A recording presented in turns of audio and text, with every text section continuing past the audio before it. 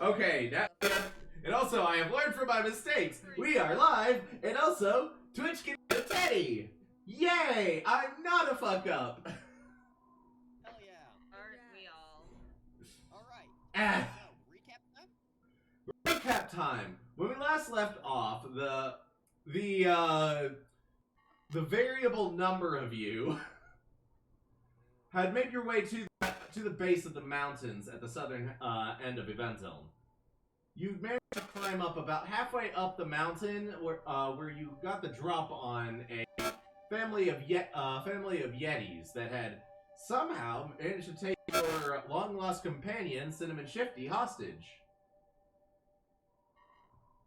Oh, hi, Sam. Because plot. What? Yep, because plot. Plot. Because plot? Exactly. Yeah, because plot. Yeah. It was definitely planned the entire time. Exactly. However, a few things did occur. One,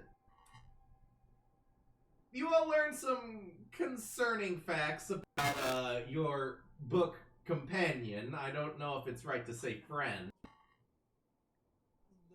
Where beyond grew a series of inky tentacles that it used to consume the runes of the magic that made the humans into Yetis. And he has been very cagey about exactly what this process entailed the entire time, and got a little bit snippy about it. He threatened to show me the end of the world. Oh, good for him. Good. I'm not kidding. Right. That's okay, Sam. Your spot's always here for you whenever you're ready to come back. Yeah. Sam's in Twitch chat. If you want to, you're more than free to stay in Twitch though, if you'd like. Yeah. Also, We hope you get better. we're all rooting for you. Also, for anybody that is curious, I've been busy. Mead! I have booze! You have booze! No, I don't know if you guys are watching my Twitch right now, but like, I have a gallon of mead. That's a lot. That is a whole 1 gallon carboy of mead that is currently brewing, and it smells fucking awful. Bye, Sam. Because fermenting mead does not smell great. It is a little bit on the sour side, because it needs to be fed, but it's not time for it to eat yet. And yes, you do indeed have to feed alcohol. Yes, I know this. I've done this shit. Because yeast. Exactly. The liquid form of bread is My alcohol. father was a Oh, your father was a brewer? Ooh, Oh, I didn't know that. That's cool.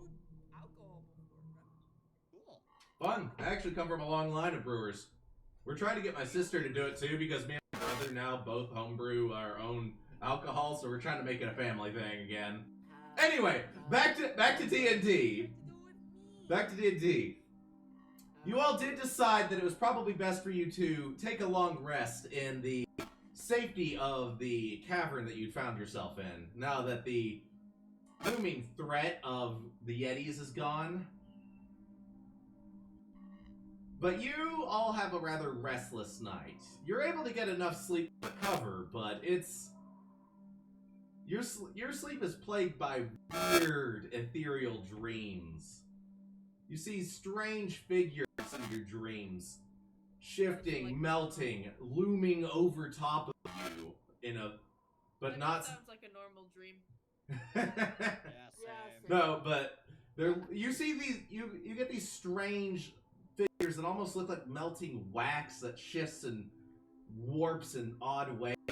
They loom over you, but strangely don't seem to. They seem to almost look through you, as if not even acknowledging your presence before Teddy, the dream comes to an abrupt describing my end. dreams. Yes. Teddy, you're describing my dreams. Good. No, I'm not kidding. That's almost on par. Okay, that's concerning. We're moving on before we had to contemplate the possibility of maybe what these dreams represent in D&D might be a little bit close to home. Dear. You might want to call a priest. No. However, eventually you all do wake up. A bit earlier than anticipated, as day still hasn't broken, but at this point, none of you can really go back to sleep. You still see that haunted... As you look out the entrance to the cave directly opposite you, you still see that haunting pink and orange aurora spreading out across the distance, coming from directly above you. At this point, you've been here long enough that now you're starting to feel the magic coming from above. It's unpleasant. You've felt magic before, all of you. You've been exposed to it multiple times. It's a common part of your life. It's something that you accept at this point. But this is not what you think of as magic. Imagine, if you will, the concept of the uncanny valley. You know, when you look at something that some poor game designer thinks is a neat art direction, but it just looks very off-putting and creepy. Now imagine that if it was just a feeling over top of you at all points. Like you're just draped in that horribly unnatural feeling. It is Hey, this not feels pretty pleasant. unnatural, guys. Something's out there, kiddos. I am Hannon said, uncomfortable "Oh, no." in my own skin right now. You kind of feel dirty. Like your skin feels slimy almost, but you're perfectly clean. I don't have skin. Yeah, you do have skin. Feel. Your skin's just made of metal. I What can't difference? remember. Oh, Not gross. gonna lie. Slimy metal would feel really gross. Just being. Yeah, Hyanan, you're not entirely capable of understanding what this sensation is, but it's not pleasant. You weren't aware that you actually could feel with your skin, but it's it's bad touch hours, is what it feels like. I'll give you a hug around.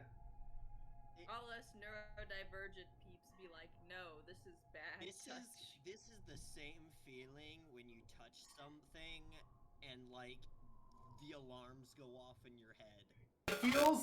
It feels like how that one, like the sound of nails on chalkboard sounds. No. Every time I leave my house. wait, no. It is horribly unpleasant. I hate that so much. You know what I hate worse than that? What? Cardboard against cardboard. Okay, we're not diving into that retail hell of my old job, thank you. Okay, Yes, we are. What do you mean? Listen, I had to unload pallets and shit. I know all too well what that sounds like. Anyway, Styrofoam. you all are eventually able to pull yourselves together and force down some rations because none of you think that trying to climb a mountain on an empty stomach is a good idea. But it's not easy eating. I think you. Take off the rations then. What the If you would please take off the rations. What? Yeah, there What? we go. Stop. No. What? Evil. Kill it with What about fire. Kill what with fire? Destroy it with fire. It's just the voice. Fireball? No, Hannon see that? said, evil. That voice was the That was the voice of your dwindling resources, by the way. Be afraid. no.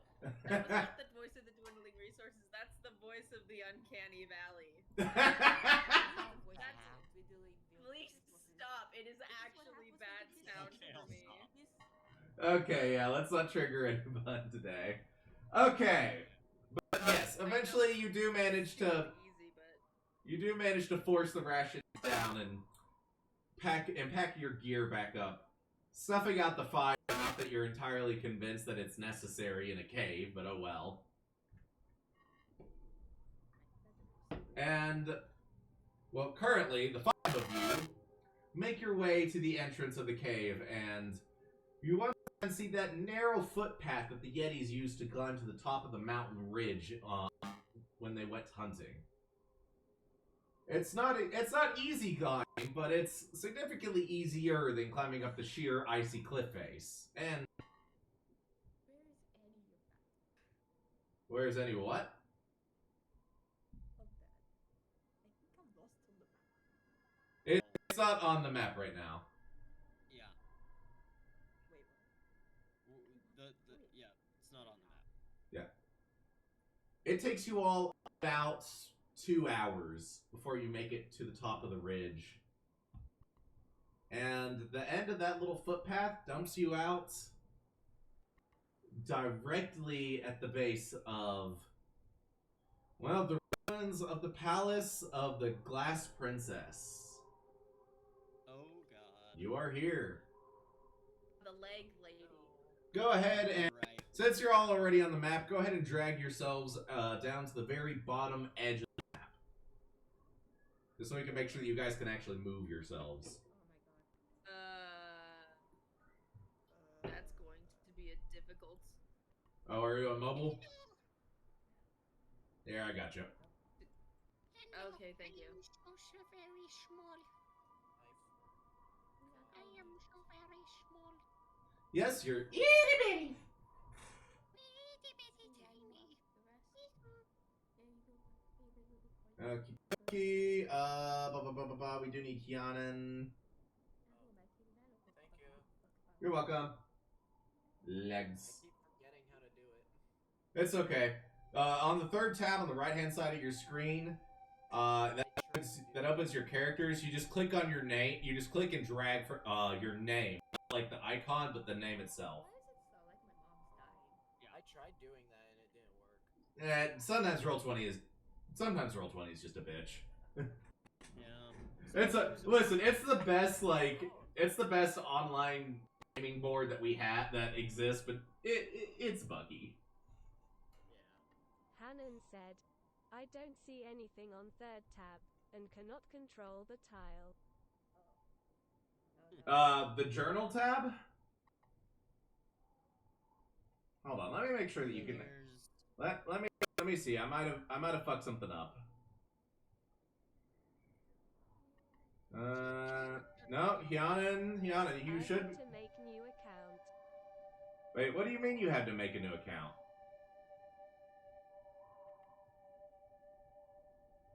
Well, that would be why, because Sign in. Oh. all right, hold on. 1, 2, 3. There you go. You should be able to access them and move them now. Keep yo dang logins. You lose your login to everything every other week. Shush. No. Oh, All right, just go ahead and make sure that you can all move yourselves. Yep. Fixed yet. Yeah, can you move yourself, Trey?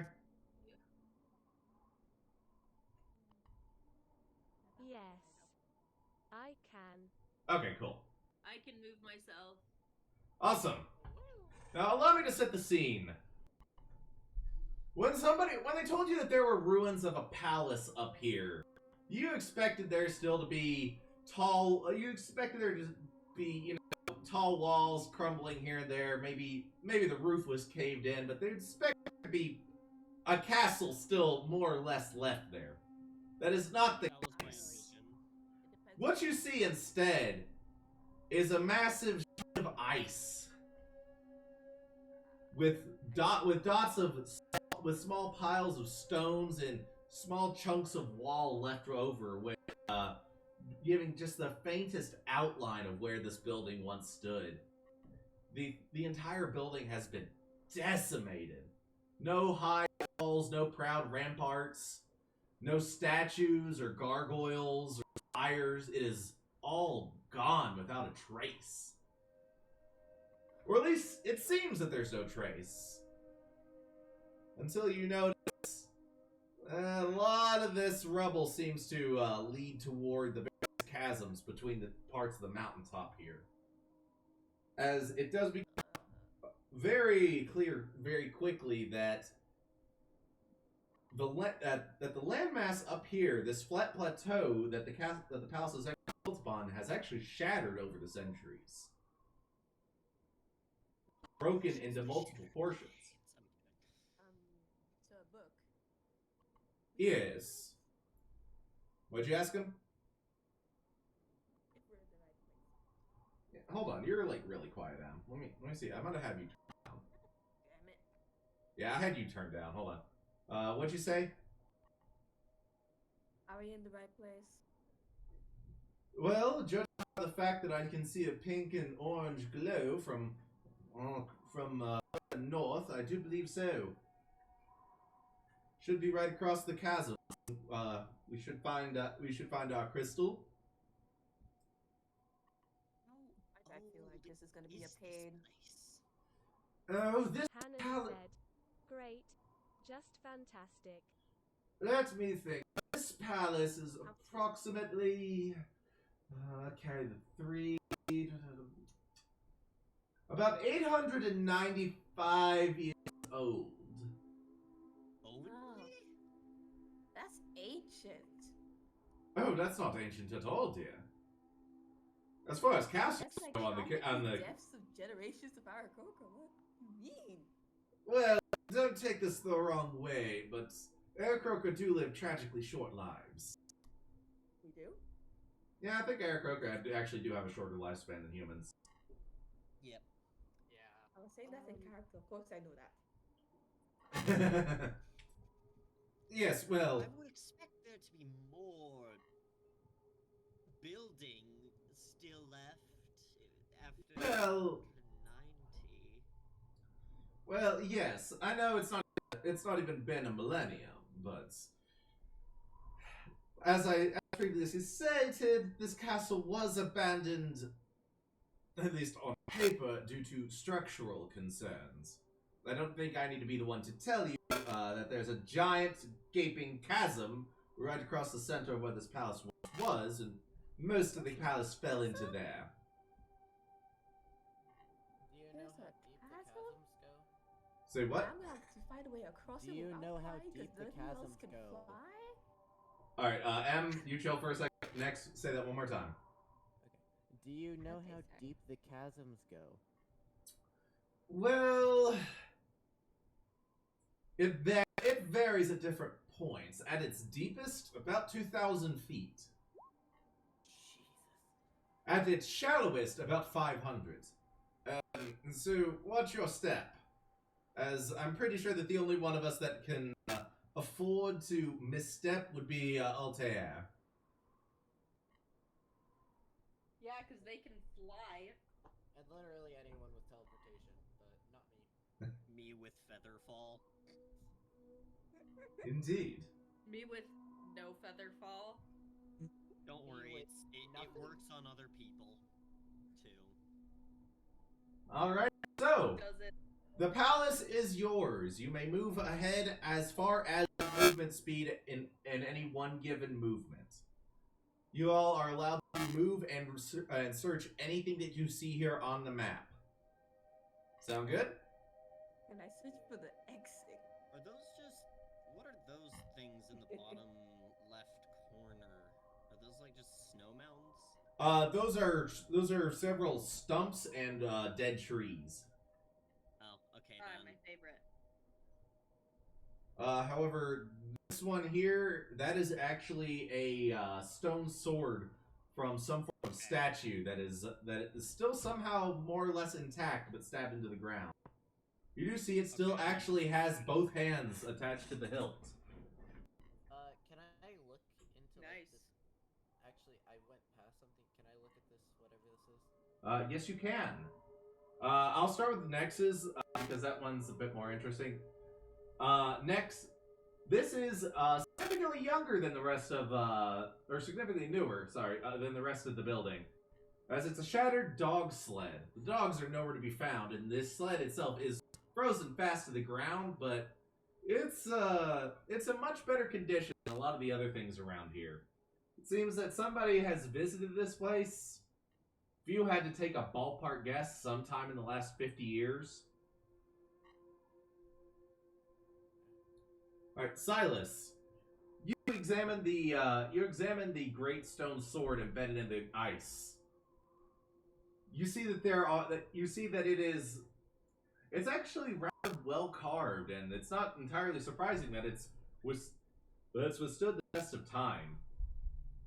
As you're not sure what type of stone it is, as it's not really your specialty, but it was definitely made to last, and it was definitely part of some massive outdoor statue.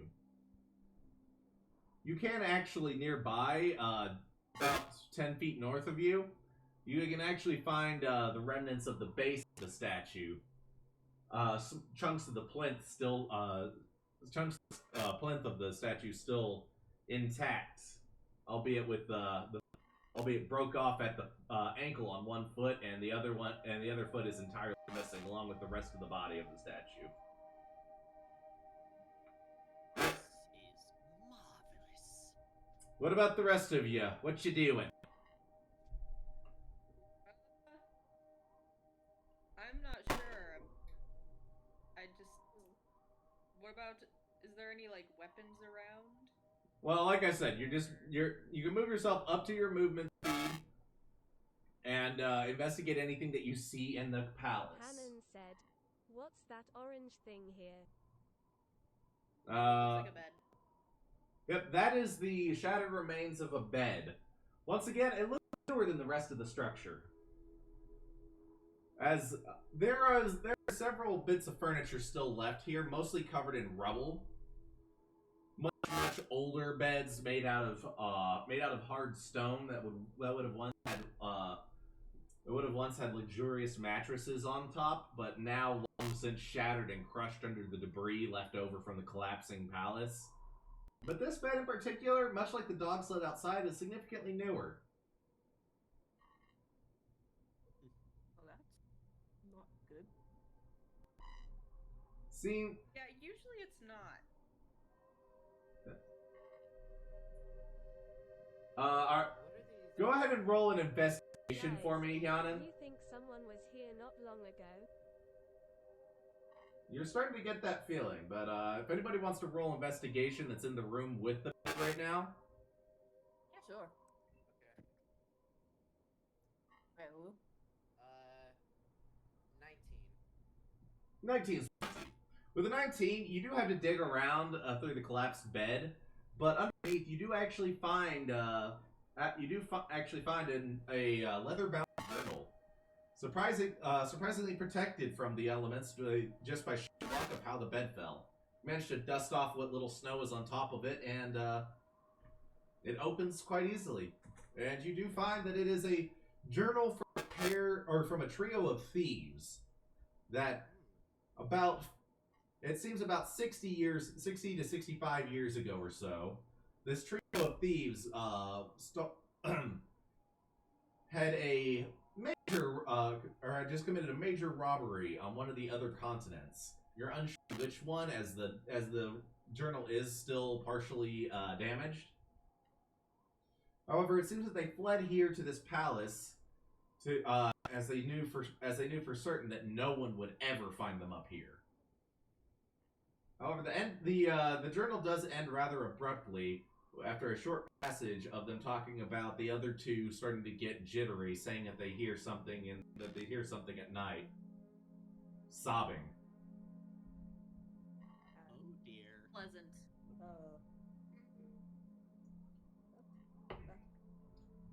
Don't sleep, people. And next, Hannon since said, "Only could mean nice things." Clearly. exactly, and next, you were previously just like right here, right? I literally moved like 1 square. I was like right there. Okay. As you take a step towards this bed, as Hyanan points it out, there's a crunch under your foot, and you look down and you find, half buried in the ice sheets, a human skeleton. Oh, That's dear. nice.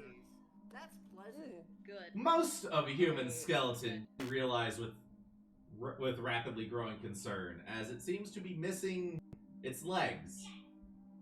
Oh no. Oh no. Oh no. Oh. This could only be good. Your Also, terror gives me joy. I think she steals people's legs because, you know, the shoes thing. because she's short. My legs Anyways, are good legs. Their what are stubs these don't even two bother. things that are like, Don't. Those about are that. significantly older beds. They definitely look like they were a part of the original castle, as there's still chunks of the roof that collapsed in on this part of the castle on top of them. They are completely shattered. Go ahead and roll an investigation check for me. awesome? Nat 20. With a nat 20, you're able to move some of this aside, and underneath the left bed, you actually do find something of note. You find a small leather satchel embedded in the ice. But as you tug on it, it doesn't want to come free. Oh. I need a strength check. Should I do it? My strength is horrid. Can I get some help? Should I do Yes. it? Actually, I got a 17. So. You sure? Okay. Alright, with the 17, Altair, you look over and you see Samoa. You're not certain if he's more blue than he was before, but he definitely has a lot of veins popping out of his head as he's tugging on something underneath the rubble. Eventually, though, there's a soft crack as the ice finally shatters and gives way. Samoa, you stumble backwards onto the other bed and crash down into it before you manage to dust yourself off and stand back up. And you have acquired a small pouch of coins and gems. Ooh, what are the gems? There are 2 rubies and a single diamond in this No, that's basic. Never mind. Money. More than that, though, you do also Everything's find about money with you, Samoa. Shush. you do also find 45 silver in the bag. Nice. Good. Okay. So 45? Yes, 45 silver. Awesome. What about the other bed? Oh, always money with this one. All right, you sift through the other bed, but it doesn't seem that there was anything of note underneath it. I probably crushed it anyways. Alrighty. Altair, what are you looking at? Since you haven't... Looking at that. You're the only one that hasn't investigated judging. something yet. Alright.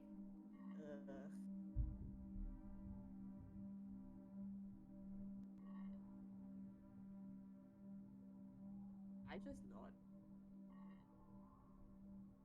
Alright, you don't investigate anything? Okay. Nah. Aaron, go ahead and roll an investigation check for me because you were looking at that dog sled, right?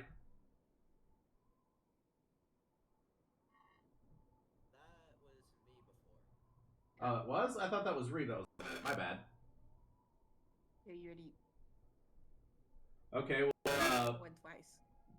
never mind then. Reeve, what are you looking at? Yes? Yep. This rubble. Okay. The rubble that you're looking at right there is, as you sift through it, you do actually find pieces of bent, distorted metal that is very clearly part of a gate at some point, or a portcullis over top of the entrance to the palace.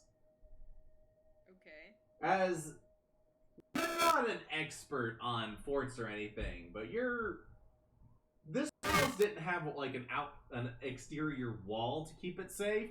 It seems that they mostly relied on the difficult terrain of the mountain itself to keep them safe. So from what you can tell, this door was kind of flimsy. And go ahead and roll investigation for me. Okay, investigation. I definitely remembered to unpack my dice when I came home. Big chunky D20, don't fail me now. It'll probably fail me. Oh, it's split in 2. Your dice split in 2? It's one of those dice that Trey, you can like Hannon said, OMG. it's one of those dice that you can split apart and then put on a different thing for. It's weird. I have never seen those. Let me get the dice.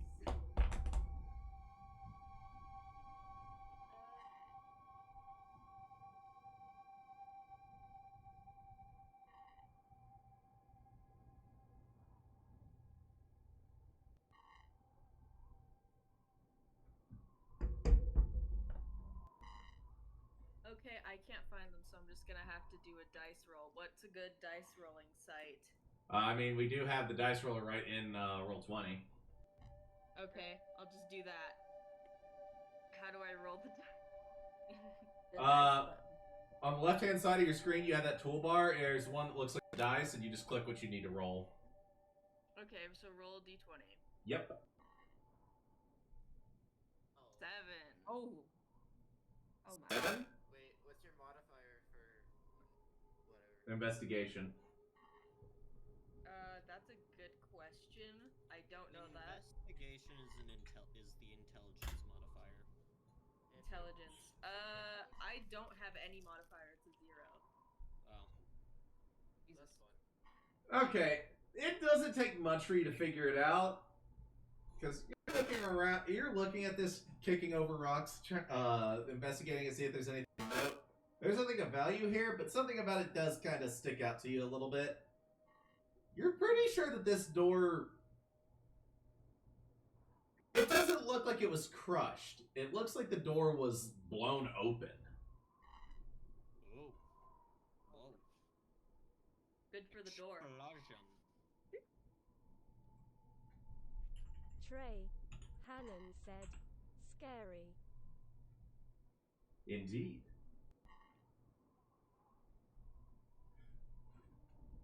I think this is fine. Lol. This is totally okay. I mean, can anyone else see anything that's wrong about It's this? finey.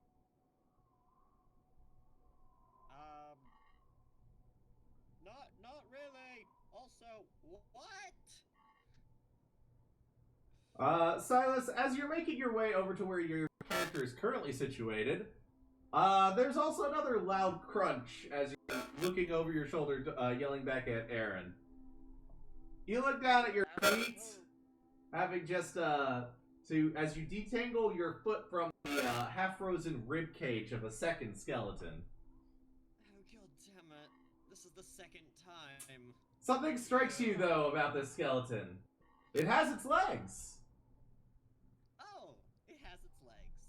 Oh, so she's not. But no she's arms. really short. What? It has no arms? Oh my god. Ah, your guys' Okay. your guys' ever-growing fear brings me such joy. Who is eating Anyways. bones here? I'm just kind of confused. I don't know, honestly. Okay. So, yes. What is that? The thing that I am currently near? Not the bones, but the... It is a small table. Once again, newer than the other destroyed furniture and crates around the ruins of the palace, seemingly brought by the bandits at some point. You do see that there's a smashed keg on top of it that is frozen to the table. It seems the alcohol ran out before anything else happened. Go ahead and roll investigation for me. Actually, I'm curious. So the dog's Natural leg was 20. nice. Alright, with that curiosity, Samoa, we'll get to you next, okay? Nat 20. Alright, the Nat 20. It does seem that this is the area that the bandits predominantly stayed in, this lower part, or the southern part of the palace. And you do actually find some of the loot that they stashed here. As you find what looks to be a small... It almost looks like a safe, but it's made out of some form of wood. Safe box. It's almost like it's fossilized wood. Yes, it does seem to be some form of safe box. Oh my gosh! Wait! Fuck, what's it called? I know there's a word for it. For fossilized wood. I have a piece of fossilized wood actually. I'm jealous. I want a piece of fossilized wood. Open it, maybe. I forgot what it's called, but fossilized wood is really cool. It's basically It's awesome. but made of wood. It's crazy. Oh yeah, it's solid Anyway, fucking stone. so cool. But yes, I'm gonna look it up. Anyways, you all do hear a loud thump as Silas brings this stone safe and sits it on top of the table. stone safe with a question mark.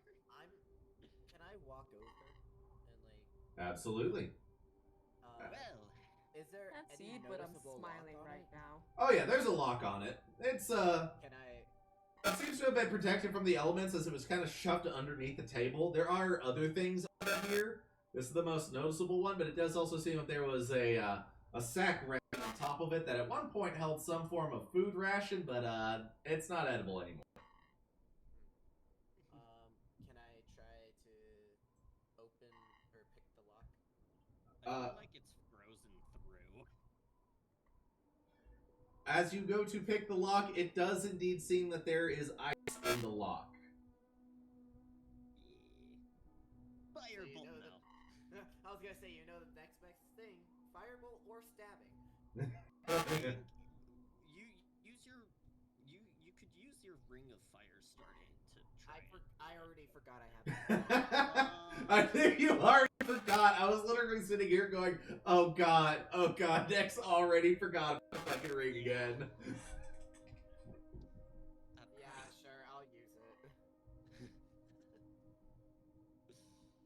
Alrighty. It takes about a minute and a half as you're sitting there holding your hand against frozen lock, activating the ring, until eventually you do hear with a sizzle.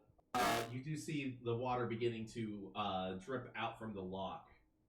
Eventually, it is free for you to try to pick it. Go ahead and roll a sleight of hand for me.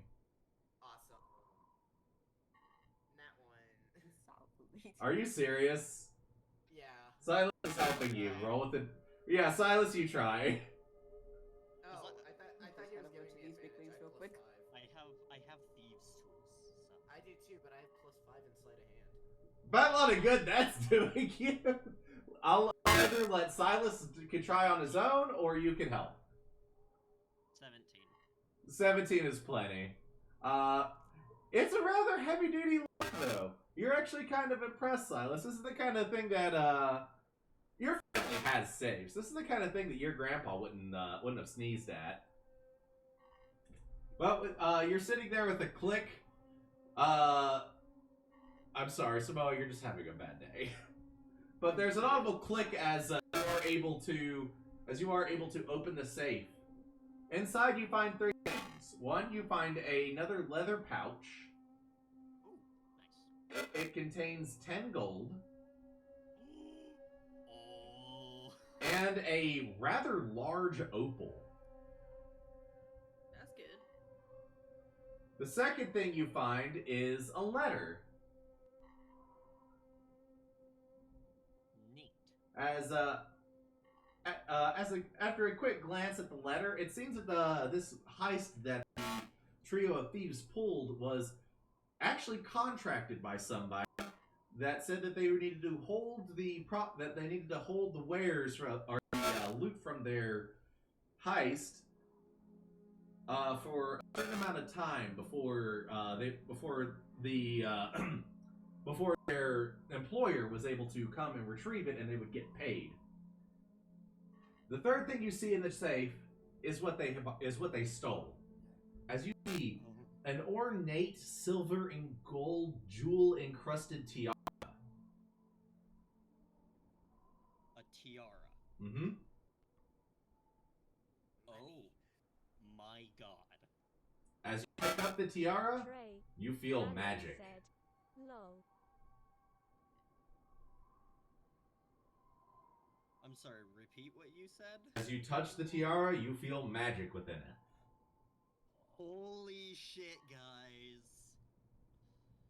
I think the thieves were trying to steal the Glass Princess's tiara, and I'm pretty sure this is it. I'll go ahead and correct you on that a little bit. From the journal, you do know that they committed this heist on another continent. They're simply hiding out here, No. as this is the most remote place they could think of. Okay. Okay, never mind then. So does that mean that maybe she was like, "Hey, this is pretty. I'm gonna kill these guys." Oh, she totally was. Something like that. Anyway, That's my guess. It can I sparkles. study the tiara? Yeah. As you study the tiara, It it's shines and delights. I must have it for my nest. it does in fact sparkle and shine and delight. You do notice, however, that it is very elegantly designed. Very intricate. Clearly of elvish design. They're the only race that has that many swirl and leaf shapes in every bit of metalworking that they do. I'm just. But it is also completely laden, specifically with opals and moonstones.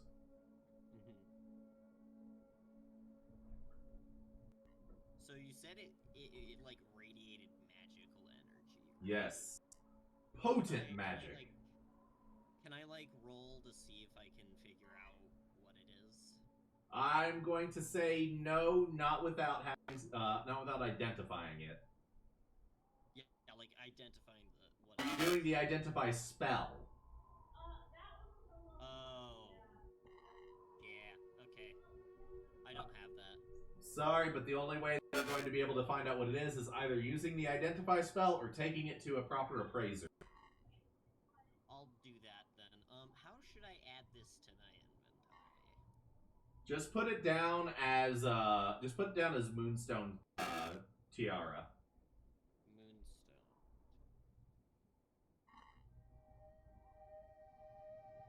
Huh. It's not popping up. There's Moonstone, but there's Oh no. Just put it in like your notes.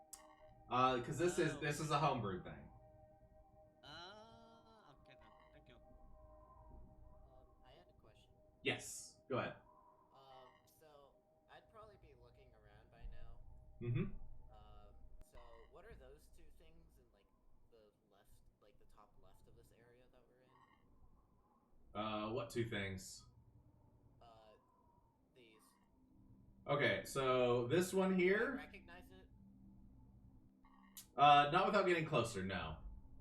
You do recognize that it does seem to be just the rubble and wooden like support beams that have fallen down. Because from the looks of it, I kind of thought it was like a trebuchet or something. Like some kind Well, of- as you get closer, you do pass by two more skeletons that do actually seem to be missing body parts. Concerningly, it's not just the legs anymore, and it's not just the arms and legs anymore. As you do see, one of these skeletons is missing one arm and its head. There are 4 skeletons in this next area. They do seem to be significantly older and buried under much thicker ice. Are Well- you just gonna make us fight like a skeleton General Grievous?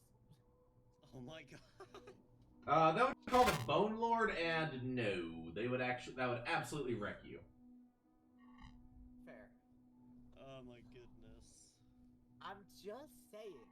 I feel like we're gonna fight something equally, if not more so, terrifying. Beyond actually does speak up at this point as Silas has wandered amongst the bodies and goes, "Oh, that's bothersome.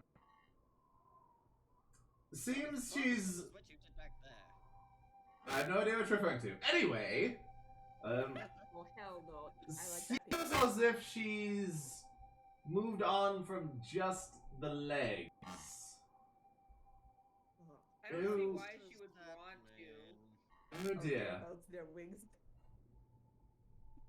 Well, what does that And tails. mean? Beyond. Well, look at the bodies. Very clearly, she's taken some of the arms and... Did she take that one's head? Yeah. I think so, yeah. Looks like it. Looks like it. Are we gonna out of character? Are we going to fight an amorphous blob kind kind of creature. No, No, no, it's no. like a giant From centipede. that one. No, no amorphous blobs. I like to think I have more creativity than that. Anyway, So it's not like that Warframe thing. This is gonna be like Calamity Ganon kind of mishmash Yes. type shit. We're Like just that gonna, one we're just gonna Warframe fight boss. Calamity Ganon. Ah, yes. shh, no one tell Like that them. one Warframe Hannon. boss. Anything beats Yetis. I'd rather look at a skeleton than a Yeti corpse without fur. Yeah, that's gonna give me nightmares. Weirdly enough, they look more like apes than they look like normal humanoids. Moving on, though. Samoa, as you make your way to this first batch of debris, it's very clearly just the shattered remains of some support beams.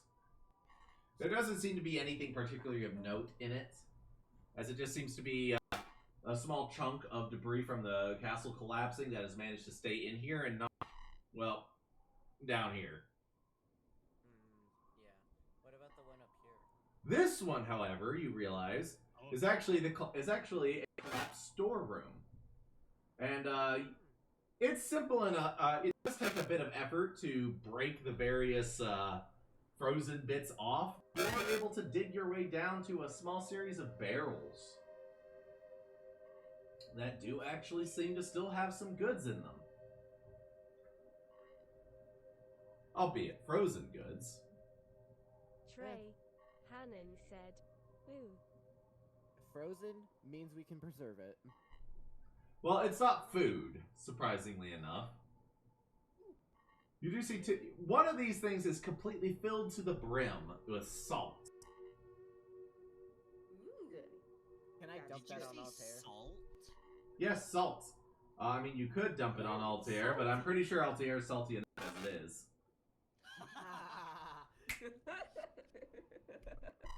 True. Salty from doing Lol. Hey, pretty much guys. nothing. Guys, did you know? Just So I'm just gonna. This is a little segue here that has absolutely nothing to do with anything. But I'm learning that toes have knuckles. Yes, Oh Yeah. dear. Yeah. Yeah, they have knuckles. in weird places too. I'm definitely not using this as an opportunity to do figure drawing. Wait. Why you tell us? Figure drawing, ew, gross.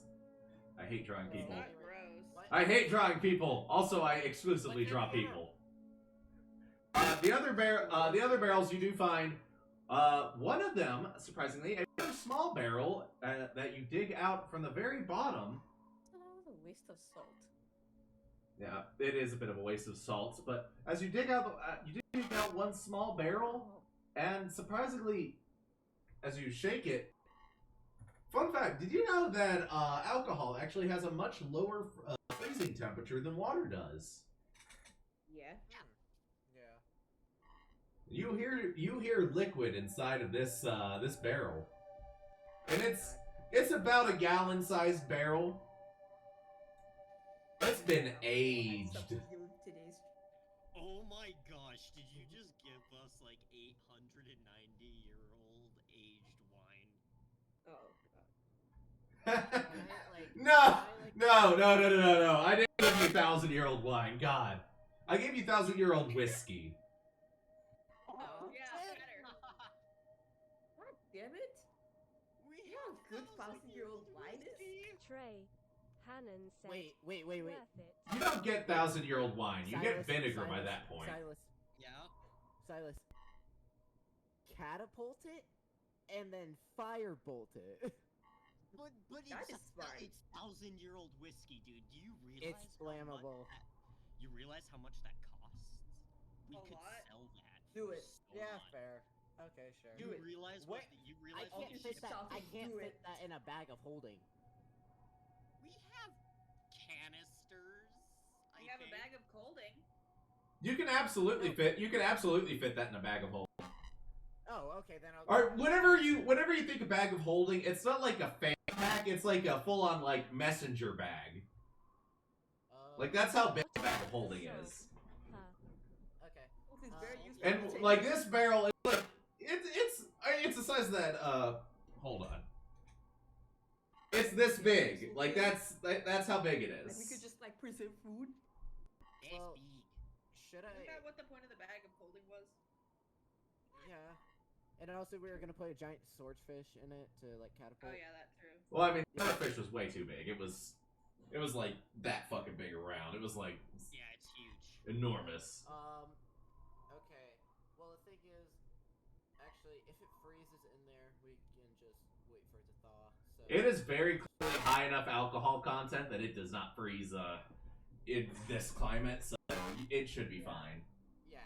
So I'll I just doubt put the it bag in. of holding is as cold as this place. Surprisingly, the bag of colding is actually a little bit warmer because the bag of colding sits just below freezing at like 30 degrees Fahrenheit or like -1 Celsius. Up here on the top of this mountaintop, it's like 15 below 0 Fahrenheit. It is cold. It's be Arctic cold. It is Arctic cold. It is windy. It is miserable. Nobody is having a good time right now. Gallon of 890 whiskey. Yum.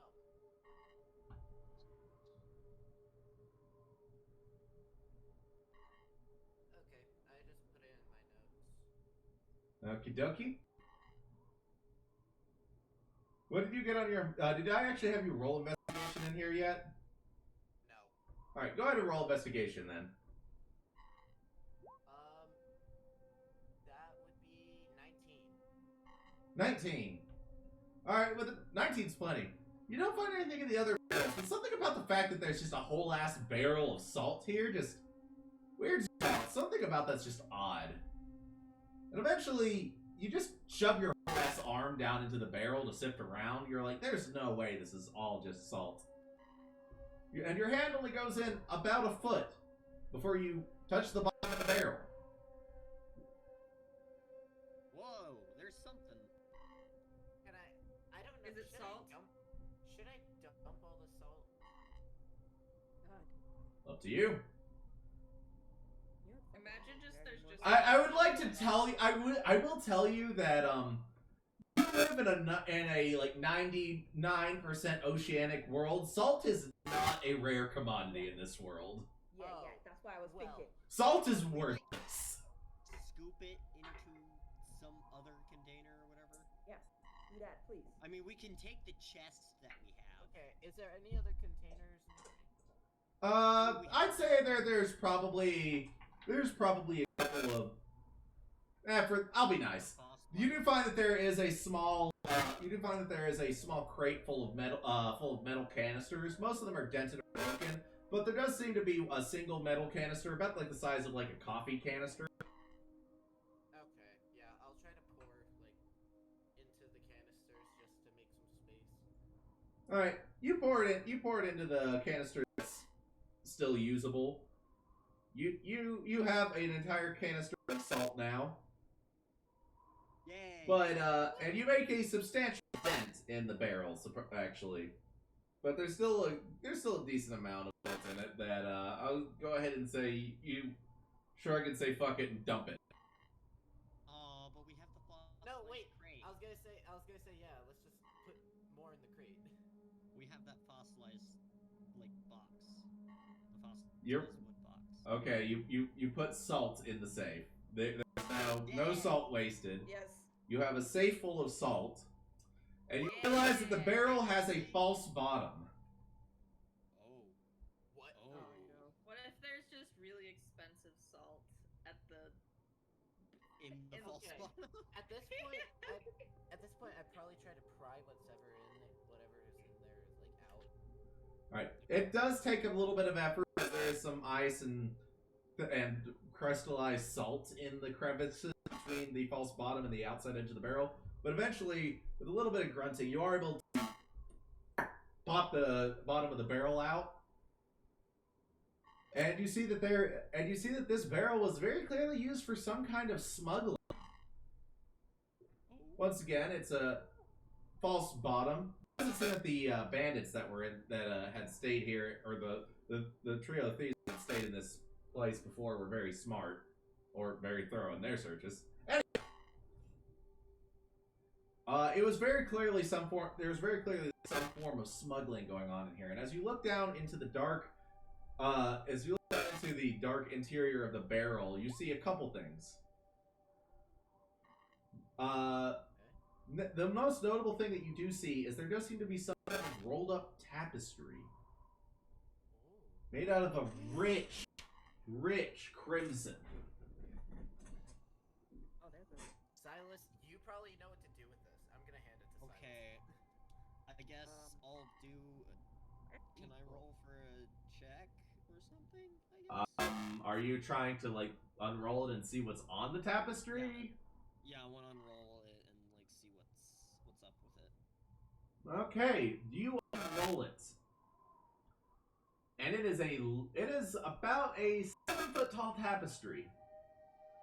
Very clearly meant to be tall, not wide. It's only about 3.5 feet wide, but it's a very odd figure. A familiar figure, you realize. I'm not going to make you roll for this, as you're smart enough into it this much. This tapestry is ancient, much older than the castle, and very clearly, however it got smuggled here, was definitely some form of sordid affair. This is not something that's supposed to be here. This is something that should be in a museum. But that's not what concerns you, Silas.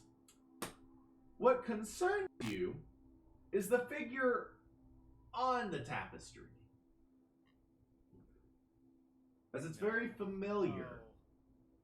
No. As you see a tall man, dark skinned and bearded in elaborate mage robes, completely made of crimson. You see that you see his arms. You see one arm down to his side and another one across his chest in some form of salute. And you see that across his arm is an intricate pattern of arcane tattoos, delicately and painstakingly recreated into the tapestry. When I look at his expression, Yes? can I go over and check? What happened? You very clearly hear Silas stop breathing. Guys. Yeah. Jenny.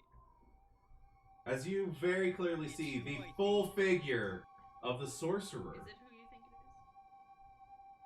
is? It's who I think it is, isn't it? It's the sorcerer.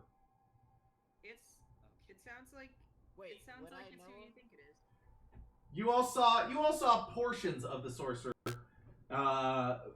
in a mural on the in the sunken, in the part of the city sunken city that had rose to the surface. But this, you see in his full glory. You have no idea, Silas, how much this could be worth. But something about seeing the full face of this sorcerer is what really weirds you out. Because it's not stylized.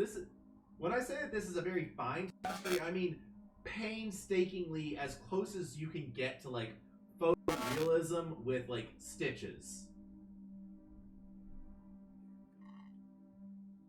As you see that he has brilliant yellow eyes.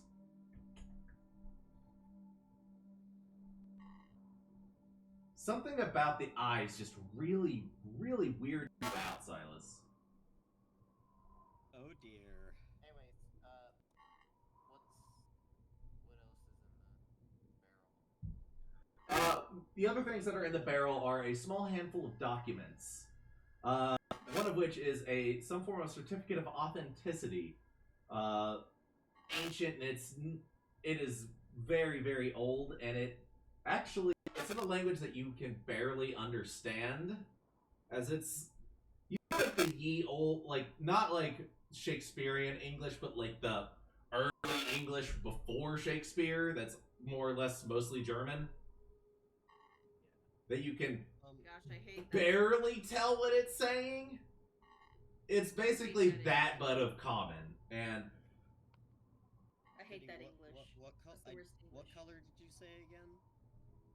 his eyes are a brilliant burning yellow. Oh dear. And before anyone says it, no, he's not a Sith. Jaundice? He does strike a very heroic pose in this. Like it almost looks like a propaganda poster, but like very, very fine, or like a royal portrait, something along those lines. But I digress. But you do find a certificate of authenticity. You're able to actually figure it out. And it does seem that this was actually smuggled out of a museum it does seem that this was smuggled out of a museum somewhere along Everbright ages ago. So I'm gonna tell Silas that, like, hey, stuff from here was smuggled from Everbright. Yeah. I see. Is there any names on the documents that might refer back to the sorcerer that you're talking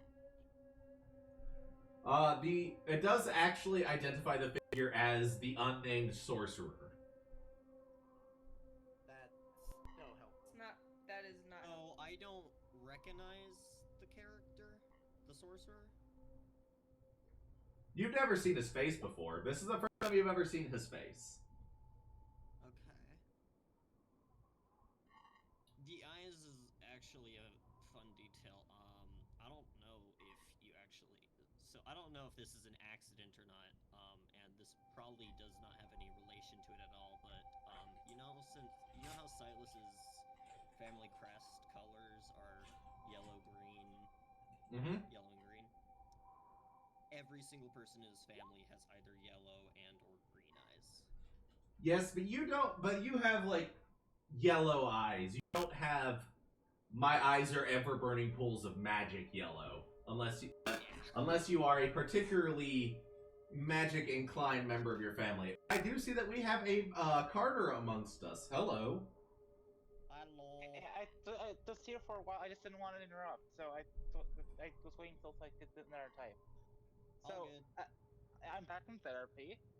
Welcome, Yay. Back. A small child joins the party. That day I might have repressed memories, so that's fun. Okay, and yeah. All the time. So what the heck has happened? And Okay, nothing of particular, nothing dangerous or anything has happened so far. Mostly you all have been exploring the southern part of the ruins of the Glass Princess's palace. You have discovered that a trio of thieves at one point used this as a hideout, and it does seem that this palace actually has some sort of history with smuggling and thievery, as you also discovered a tapestry of the ancient sorcerer that was part of a smuggling operation that was being ran here at the castle long before it fell. And that is where you all are currently at. So wizard drug smuggling? No drug smuggling. No. It seems that they were smuggling. I mean, It seems that they were smuggling antiques and artifacts from museums. So lame smuggling. they're So cool. lame. No, the highbrow smuggling that's worth much more money. Damn. Gypsy, don't need me. I need you for emotional support.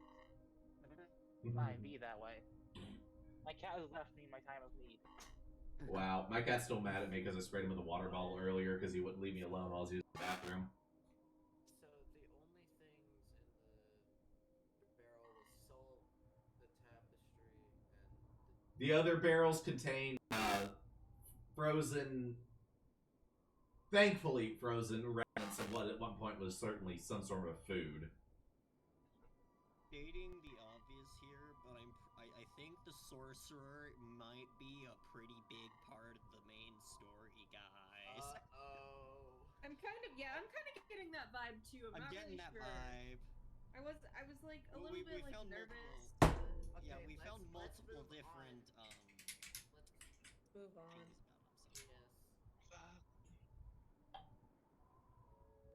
Anyway, how the living fuck do you get across this chasm? you look down, Samoa, as you reach the edge of the chasm. A small rock tumbles off as you look down, right near your foot. And you see it clank against the rocks, and it falls and falls, Probably good. and you don't even hear it. You don't even hear it clack against the ground.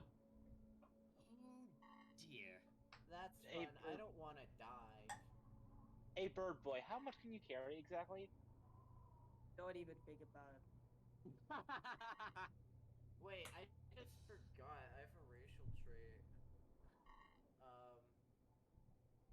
So pretty much, I can move 2 feet horizontally for every 1 foot I descend. So could I make the jump? Okay. So you repeat that to me one more time. Okay, so every 1 foot I fall, I can go 2 feet horizontally. I have something. Misty In the Step. air. I'm going to say if you want to smack into the ice cliffs below and then climb your way back up, you could certainly try that. It would only be about a 15-foot climb. Or, no, about a 5-foot climb. If Silas were to cast Featherfall on me, what does it do again? And yes, you can absolutely Misty Step, Carter. Okay. Featherfall, I can choose up to 5 falling creatures within range, and then their descent slows to 60 feet per round until the spell ends. So, wait. And if the creature lands before the spell ends, it takes no falling damage and can land on its feet. Okay, so how far would I be able to go if I'm gliding with Featherfall? If you're gliding with Featherfall, so you go 2 feet for every. You go 2 feet horizontally for every 1 foot down. Yeah. But with Featherfall, I would say that you would be able to make that jump, but you would still have to climb up the last 5 feet. But you would be able to do it entirely safely without risk of falling further down into the chasm.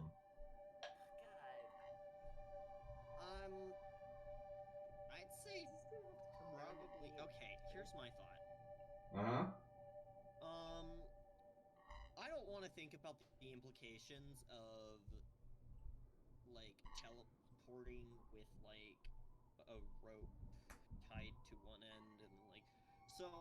By rope. So going yeah, to the other end. Altier can fly. So what if we tie a rope to one end, like to some like heavy rubble, and then Altier can fly over with the other side of the rope, and just like we can use a tightrope kind of scenario.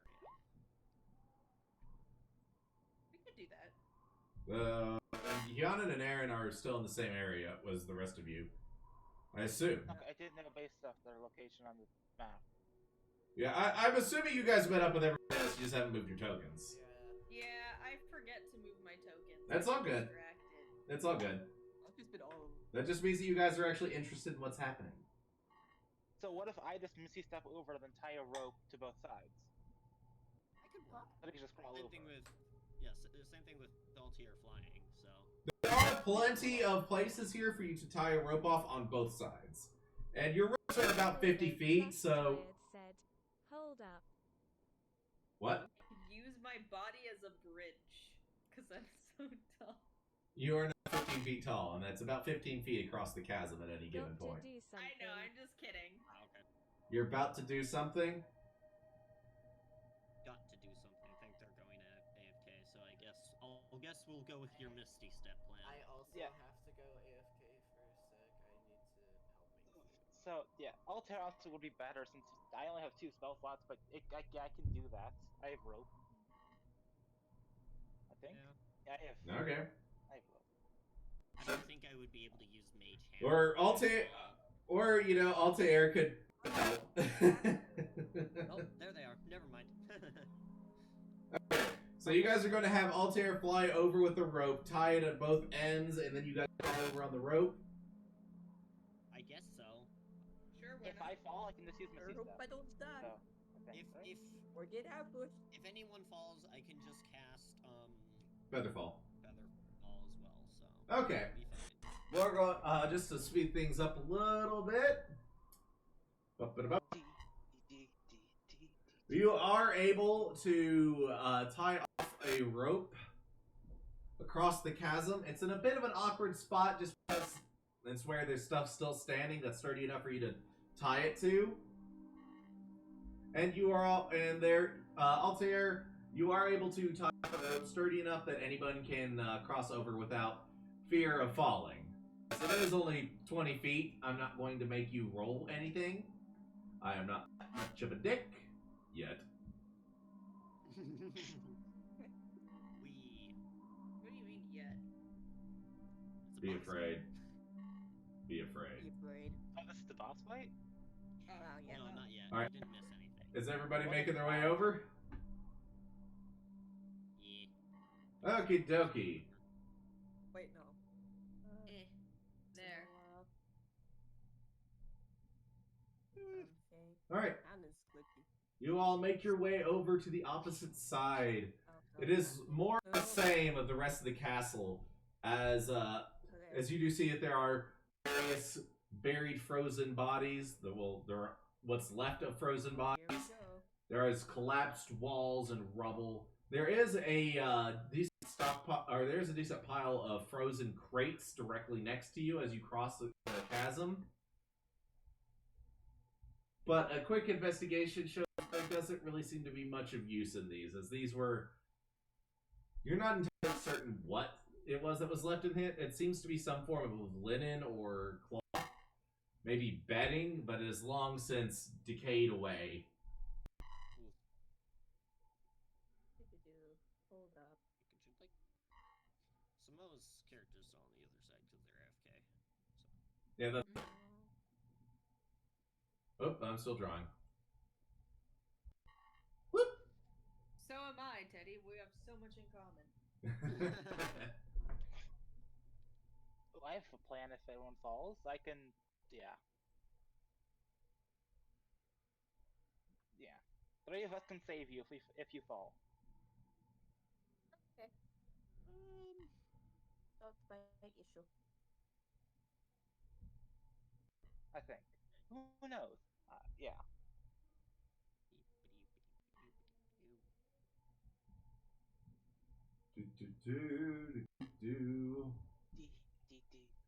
There it is. God, hold on. Uh-oh. Hey, boss fight. Wait, what? Also, I'd like to point out that there's a literal, like, cryptic ring Yeah, around the piece of around amethyst. Oh my god, I almost around forgot the about that crystal. Alright. Piece of As the amethyst. party gets to this northern edge of the second, for lack of a better term, we'll call it an island. Plateau. Wahoo! Let me get away from You- the fucking. You do see across the way the sites on the map. You do see that there is an enormous crystalline spire structure in the very center of some form of arcane ring built around it.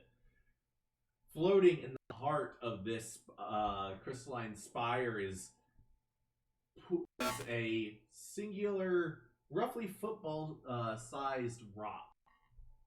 A crystal that is brilliantly shining. You see that it is built runes around itself somehow. As you see arcane runes illuminate the ground around this crystal, and you hear whispers loud, you hear whispers overlapping each other, dozens of voices. You can't, but there's so many that you can't tell what they're saying. They're so quiet, but they're at the very edge of your perception. Oh god, it's sentient. Yay! But worse than that, Oh, nuts. if I can make it actually play, Oh no. Oh, I don't have that on. I should turn that on. I don't have the audio thing turned on. Sirenscape on. Thank you. why are you so quiet? Alright.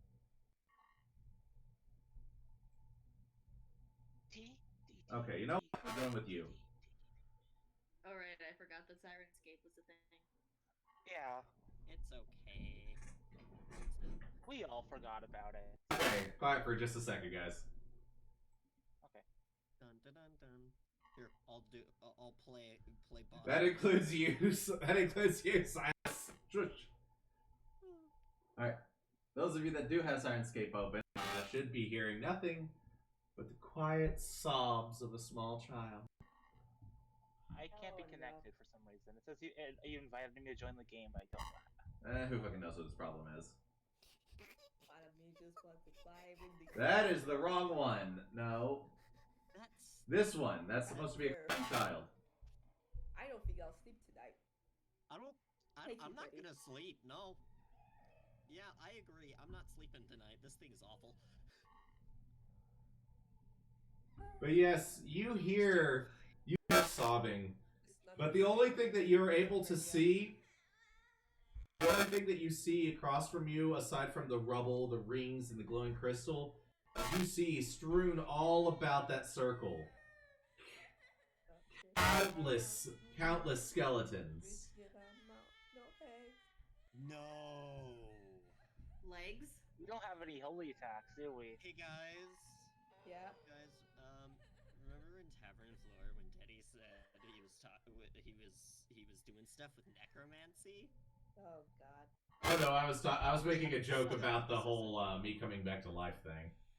Oh, okay. So, Okay. yeah. Phew. Um, I was terrified. Don't worry, I'm not gonna throw a high level necromancer at you guys yet. What? I'm checking my character sheet now. What the fuck do I have? I'm a zombie and I don't have the stuff against undead, so You hop on a stream and you hear skeletons. What the hell? Thank you. Yes. I have doesn't fireworks against them, right? I fuck guess me. if they're immune to magic weapons, then I can attack them still since my scythe works against it. Let's Ignores go. the immunity. So Another day of all Either way, I don't think we're fighting the undead. Hopefully. Maybe. Undead. Anyways. Maybe the real undead was the friends that we made along the way. Why the Doesn't No, I mean completely forgot my acrobatics is Trey. +4. Hannon said, lol. That Oh, well. isn't all in my head. Alright, everyone else can hear the Yeah. bawling. Yeah, no shit. We can hear Yeah, this I'm- too. I'm bad, man. ignoring No, it not shit. For my mental health. But yes, the only other thing of note that you see on the other side is that tall crystalline the tall crystalline spire surrounding that glowing crystal. Oh no. I think something clicked in my brain. It might be wrong, it might not, but guys. Do you want to share with the class? It's the Glass Princess. Yes. Yeah. I You think didn't the realize that? crystalline spire is the fucking princess. Yeah, I got that. I know. Yeah. Well, Oh, dear. shit. Best reaction. This I is. can't find the. Oh my goodness. So- Terry, this is ingenious. So, what are you doing? Fuck that I need shit to out. find this Two. I can't even be mad because that's a valid response. No Okay, thanks. okay. I don't know what the fuck's going on, but I really Hang on, can't. let me I'm gonna fly the check. fuck out of here. Let me check the range on some of my shit. I have some spells and I can attack. I got I don't think that they'd have magic resistance though, since we're so low level. We should be good. That Thunder Wave, does that do shit? Okay. Yeah, that'll work. Just I'm magical gonna damage. slow back away. I Silas, got you magic go missile, first. does that do Oh yeah, shit? no, I can totally hit that. I can totally hit that. Are you attacking the crystal spire? I'm going to attack the crystal. Hell no, spire. I'm gonna move away. Who With the fuck- what exactly? With firebolt? Okay, let me just can steal I also Is anyone attack? going a to little bit of. object? All right, hold on. All All right, Stop just a second. Silas, what are you doing? What are you attacking it with? Okay, what the hell is happening? Alright. I'm only here Boss for like fight 10 minutes. is gonna And then I start have to in dip. just a few seconds, probably, because I'm gonna do a stupid thing, and yeah. I'd like to join as well. Okay, so my pistol does more damage, and it is in range of my pistol. Firebolt Mhm. does have more range. We but- could go for peace. So I'm just gonna shoot at it. I don't Could think I that's- nod at Silas and thread my staff to also fire when he fires? Fire a spell. Yeah, you can all time your stuff to fire together. Give me just one moment, guys. I need to grab a paper for something. Don't worry about it. All right. I'm worried. Okay, I actually, think you how should far worry is that about away? it. How far away is that? I mean, such a nice last room Shit, full I of don't know. skellies. Go on, plan. Figure out exactly what you're going to do. So I'm just gonna cast Eldritch Blast. That's all. So I'm going to shoot at it with my pistol. Wait, my mic keeps glitching next? I sent that like 3 minutes ago.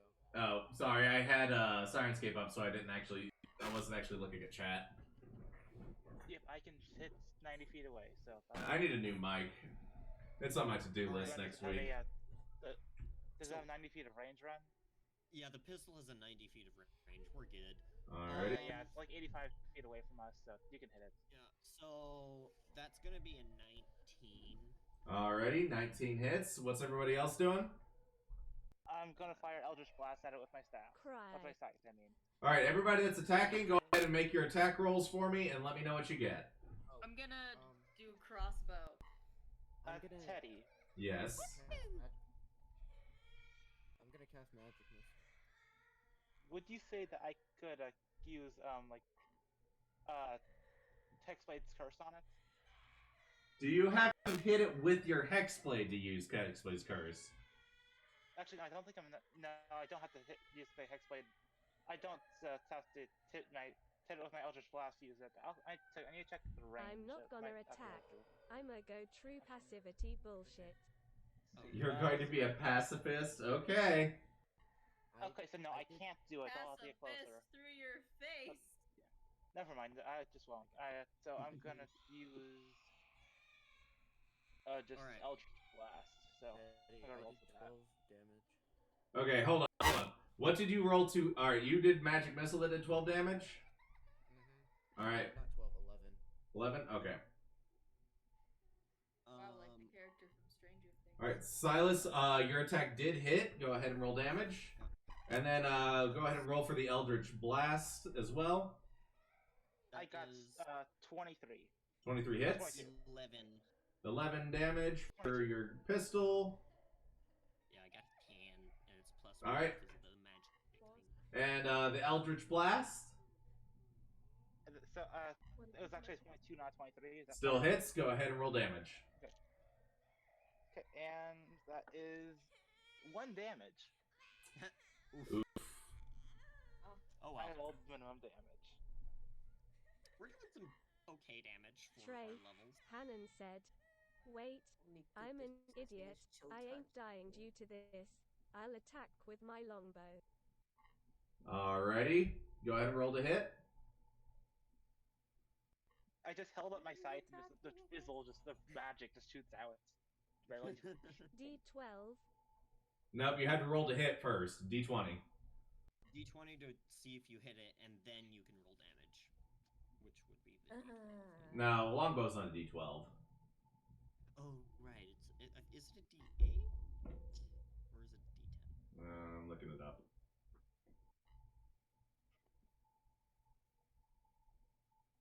Nine. A 9 does not hit. Rip. Alrighty. Welp. Everyone, go ahead and roll initiative and put it in the Roll20 chat. What's initiative again? D20 plus your initiative. Yeah. D20? Yeah, everything is a D20 except damage. So that was in between 2 numbers, so I just Plus reroll. what? Yeah, if it's cocked, if the die is not flat, just reroll. Okay. It's the box in the very middle of your character sheet that says initiative, Em.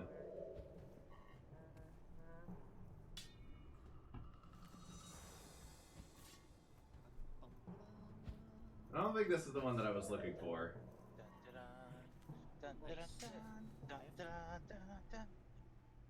Someone get hired for me, please. Thank you.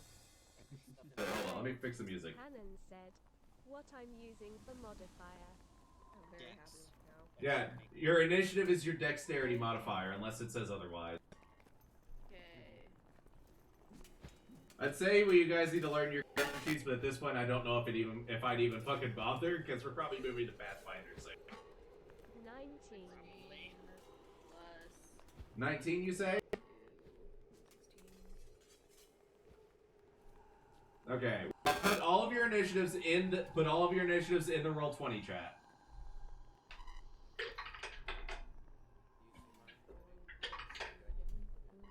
Alright.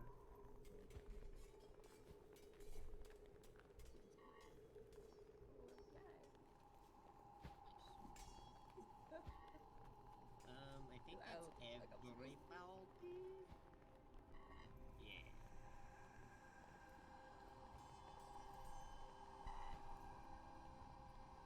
Okay. Alrighty, and she got that, which is that. Okay. Between Silas and Aaron, which one of you has the higher dexterity modifier? Aaron does. I have Alright. +2. Yeah, you do. I'm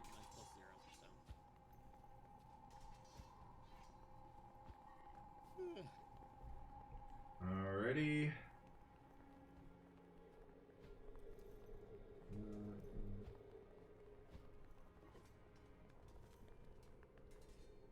How am I going to join a game?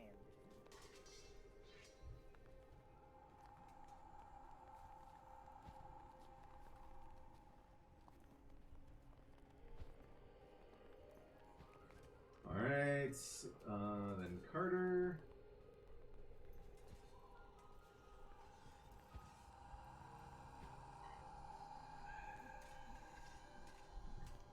Okie dokie. As your attacks strike the crystalline spire, the crying stops abruptly. And you hear an audible crack. As the spire that coiled around this crystal begins to uncoil.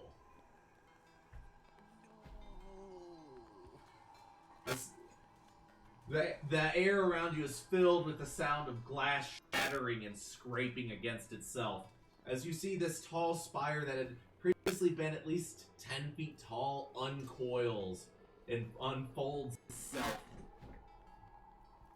And more concerningly, you see where inside of the spire, the outside of the spire had been mostly smooth, almost coiled like an ice cream. You see as it unfolds, the underside, you see humanoid legs, dozens, hundreds, slowly unfolding themselves out. Before at the very top, and you see the very top of the structure unfold itself. Row after row of glass, crystalline arms unfold. With one loud final pop and sound of scraping glass, you see a feminine figure unfolds itself from the very top of the structure. What the fuck is this music? I hear nothing. Disgusting. That's not what's disgusting, Silas. What is disgusting is what appears within the glass. And you see underneath the crystalline glass skin of this figure. Yeah, there we go. That's a bit more like it. You see underneath this crystalline glass skin, you see her organs. You see blood pumping through veins leading to every one of the legs. You see muscle and sinew twitch and shift itself underneath the layer of glass. And you're worse, where her face should be, you see her head adorned by it almost looks like how a halo is drawn in religious figures, where surrounding her head is almost a wreath of faces. Ew. Their eyes darting about with looks of terror, permanently frozen on their now glass faces. Within it, you see their skulls and their muscle moving underneath. That's awesome. I am weirded out. It's awesome. Good. You should be. That's I horrifying. mean, my character is probably weirded out, but like that description is really good. As a player, It is I'm like, wow, it's let's a just great apologize to their description. sound. I'm glad you guys like it. Yeah. But ew. She lets out an ear-piercing shriek that shakes the mountain itself around you. You see, with 4 of her arms, she grabs the crystal and clutches it to her chest, holding it to her with the same desperation that a terrified mother would for a baby. And she screams, "You will never take it from me! My beauty, my treasure, it's all mine!" Oh no. I will make them all love me again. I will be beautiful. That's great. Give me just a moment to pull her out. Beauty's unattainable, lady. It's a constant uphill battle. I have music, finally. Okay. Is the Oh, the music is brave for the scene. Oh, that's amazing. I'm assuming that's her icon. Oh yeah. That is. Whoa. Oops, wrong icon. Wow. Oh, these are just don't give me credit for these. These are default icons. Oh dear. What the heck is that? So she is a long serpentine figure. The largest one is her central torso, which is the most bulbous part of her body. But you do see behind her, trailing for a good 15 feet, her enormous centipede-like body. Oh, that's disgusting. Sounds sexy. Okay, we're not doing the weirds. We are not going Trey, to Joe. Hannon said, "Sometimes kill me." So, Someone. top of the round, Kianan, what are you doing?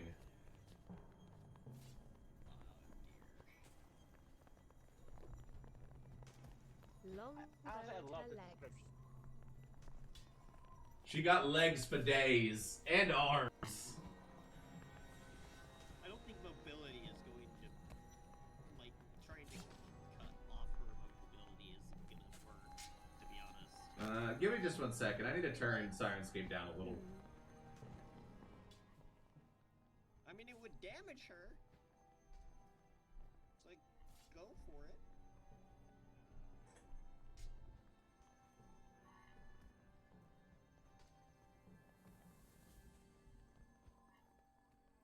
Her face, make it so she looks uglier. Bold move. Okay, but what are you doing to attack her? You cannot target specific body parts. I'm not putting that into this game. Trust me, it does not work. You're going to longbow her? Okay, roll to hit.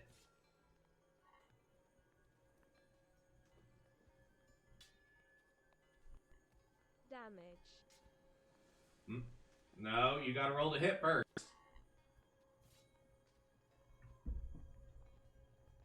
AFK. But for the record, a longbow is 1d8, not 1d12.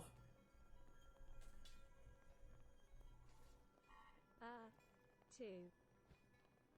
We need to get you better dice. That's not hit. It just tinks off of her crystalline exoskeleton? You're not sure if that's the proper word, but that's about as close as you think you're going to get. Alright, and I know you don't have any extra attacks, so that is your turn, Yana. Next up is Aaron. Okay. It's me. I'm next up. Mm-hmm. Okay. So, I'm gonna roll. I got a 7. I was gonna try to use my short bow. Okay, guys, you're gonna need to start rolling a little better. This is gonna go real fucking bad. Yeah. Again. Roll the dice, Teddy. Teddy. 7 does not hit. Rules all over again. Threats. It's not threats. That's it's genuine. All right. Next up is Silas. Alright, so.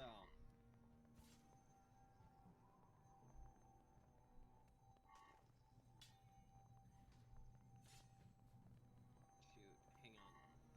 How long of a range does the Eldritch Cannon Force Ballista have? I believe it's only 15 feet. I thought it was like 100. Oh, the force. Plus, I thought No, that it was can like walk or 120. climb up. No. Not Eldritch Blast. He's asking about the Artificer Cannon. Yeah, that's what I was talking about. I'm pretty sure that that cannon can. Okay, so next is going to be AFK, but we're just going to roll some magic missiles for him. It has 120 feet of range. The Eldritch Cannon? Yeah, the Force Ballista. The Eldritch Cannon Force Ballista has 120 feet of range. I just looked it up. Oh shit, I guess it does. They must have changed that. Just sworn that originally it only had like 15 feet. The flamethrower has 15 feet of range in a cone. Yeah. That's what you might have been thinking about. So anyways, I'm going to place down an Eldritch Cannon. Alrighty. Let me get you a little token. I will make it be able to have, like, well, not legs. I guess they'd be wheels because for aesthetic reasons, you know. But I want to be able to move. All right, and yeah. Okie dokie. Give me just a second. I'm trying to find a token, but I'm getting a lot of weird shit.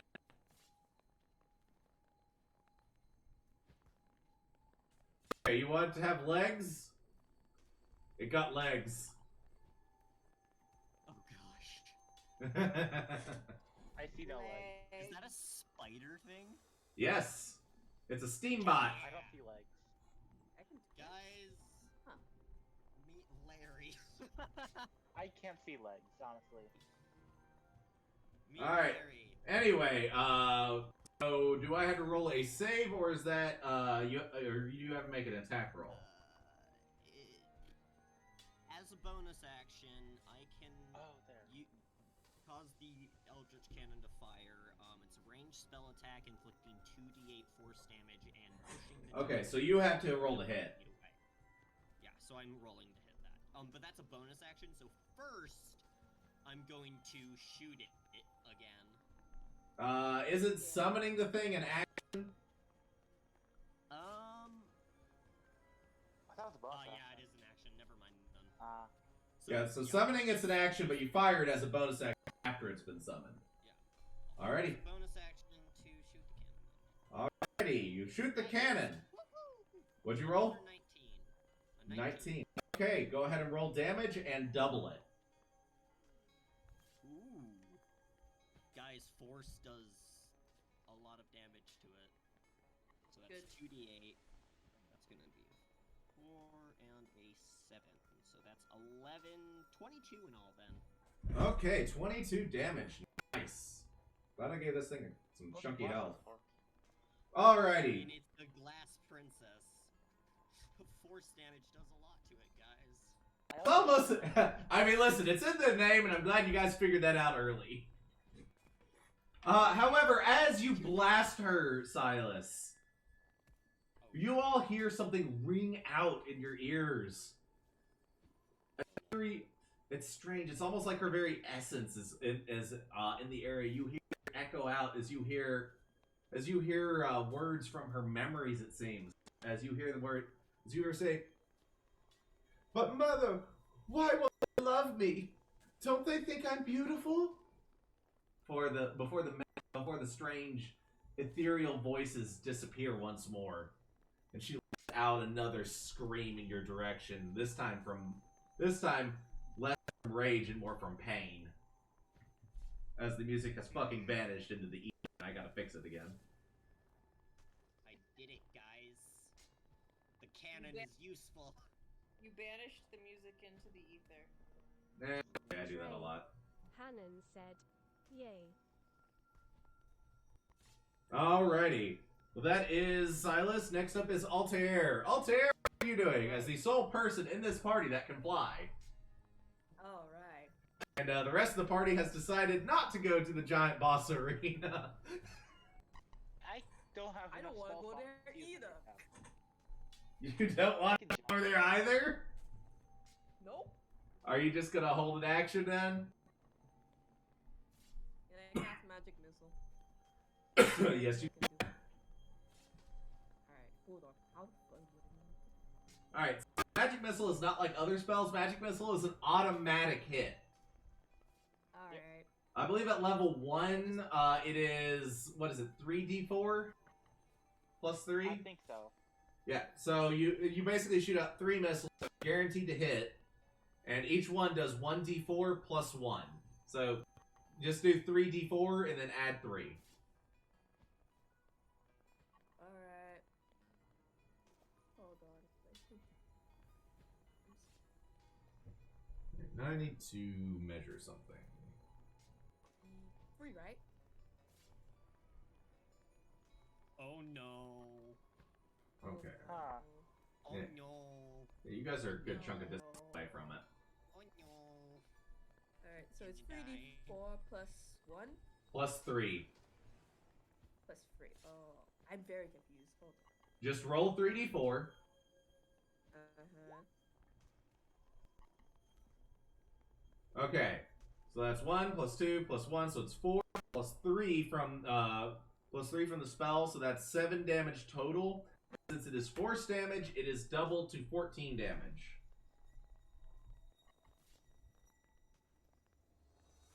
As Teddy sits here trying to do basic math. Alrighty, and that is your turn. Next up is Carter. Carter, what are you going to do? So I have a question. Since I can long jump with 10 feet starts to 10 feet.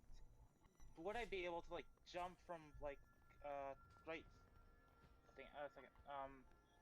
Like right here, get to like get right below, then like grab onto the side of the wall? Yes, but you would have to use 5 of your movement speed to climb back up to the edge of the wall.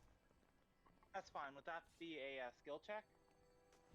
No, I'm not going to make you do a skill check for climb. Okay, so how much movement does the jump use? I mean, do you want me to make you do a skill check over top of the endless fucking chasm? Because I can make it an acrobatics check. Sure. No, I'm not going to make you do it since it is part of your, like, actual things you could do with the law. Yeah, you can... Okay, so I'll just go right here then. Alright, then it does take an extra 5 feet of movement to shamble back up. So what is that total? 25 feet. Okay, 25. dokie. So the 10 feet starts, and then jumping 10, I think that's 25? Yep, so you have... Alright, so once you get up, it's... Yeah, so you have 5 more feet of movement speed once you're up there. On a dash. I'm gonna run right here. Okay, so that will just be my movement then. Mm-hmm. Let's see here. Oh, do I want to use do I want to use Eldritch Blast, dealing force damage? Well, can I observe that it's weak to force? You guys have definitely seen at this point that it seems to take extra damage from force. Okay. Oh yeah. Cannon, kinda, yeah. Actually, am I within 30 feet? Please. No, you are not within 30 feet. There's. Yeah, you're 45 feet 45. away. I have to move 15 feet. I don't. I'll wait till next turn then. So I think I'll just use. I mean, are you trying to I'll Eldritch just use Blast Eldritch it? Yeah, I think so. Just holding out my scythe and just using it like a staff, just setting it to a blast of force energy. I mean, you do know that Eldritch Blast has a range of 120 feet, right? Yeah, I did this because I'm best at melee. But yeah, you could Eldritch Blast it from where you're at. Okay. Trust me, it's big enough that you can see it.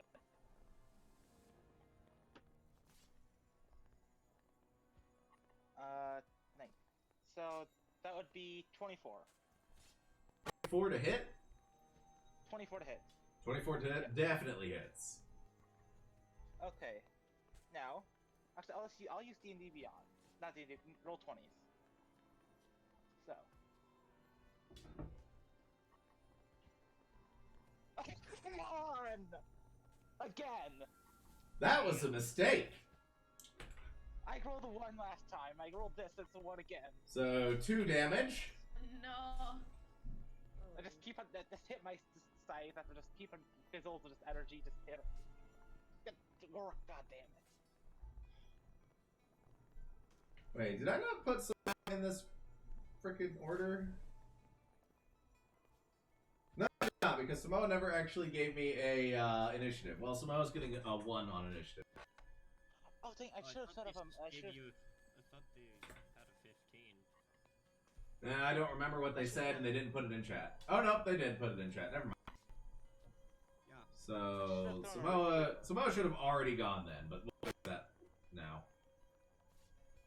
Oh, I made a mistake. Okay, that's all that you can do on your turn, Carter, because you've already used up all of your stuff. Yep. So, for the sake of sanity, I'll go ahead and have, Samoa use Eldritch Blast. Huh? What? I was here. Yeah, hi. I don't have Eldritch Blast. What? Or not Eldritch Blast, Magic Missile. I mean, Yeah, I thought you were AFK. No, I was. I just came back. Oh, I accidentally fucked up and accidentally skipped your turn, so if you want to go ahead and do it, it's your turn. Awesome.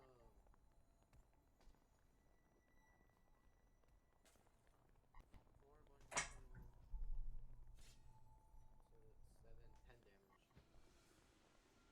7, 10 damage. 10 damage from your Magic Missile?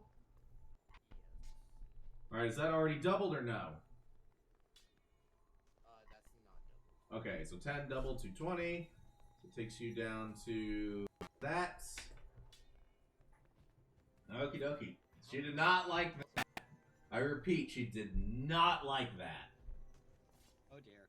Also, I have no way of getting across the cat or like whatever safely. So.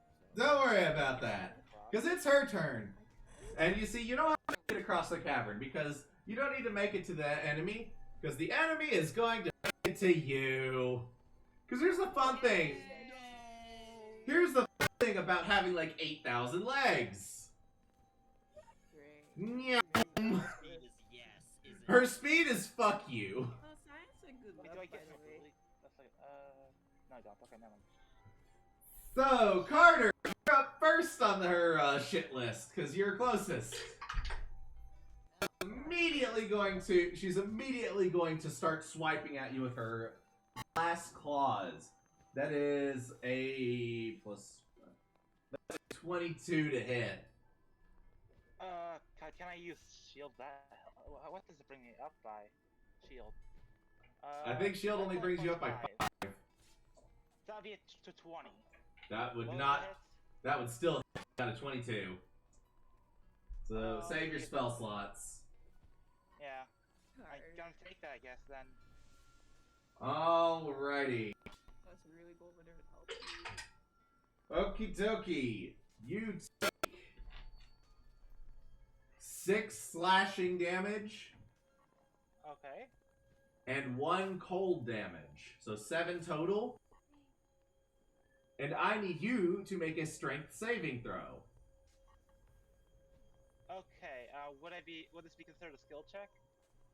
Saving throw. The saving throw. Oh, okay. Never mind. Sorry. Okay, strength. Well, straight roll then. 13. A 13 is just barely good enough. You manage to escape as she's desperately clawing at you, trying to grapple you in her crystalline arms. Alright, so she is, however, going to use the rest of her movements. 1, 2, 3.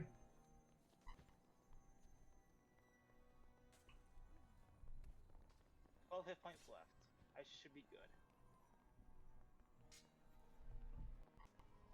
Alrighty. Let's see here.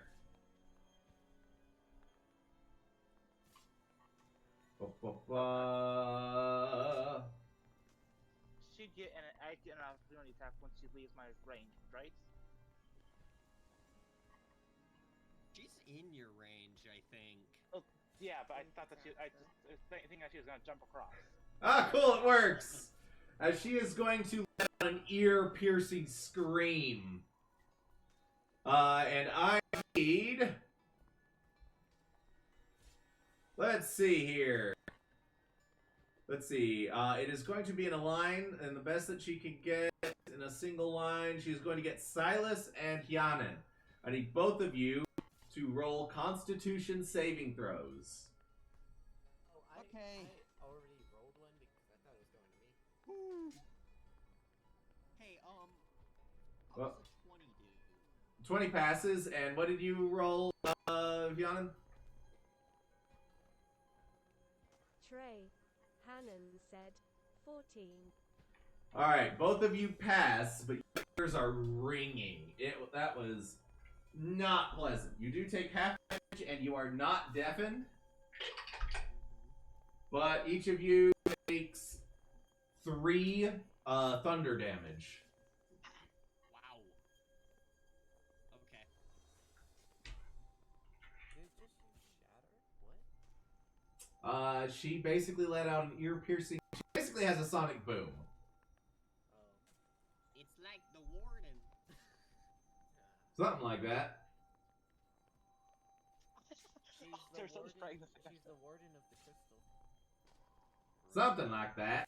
It's the warden from Right. Minecraft. Oh my gosh, from hit game Minecraft. Now, My favorite hit does game. that end her turn, or That ends her turn. Okay, phew.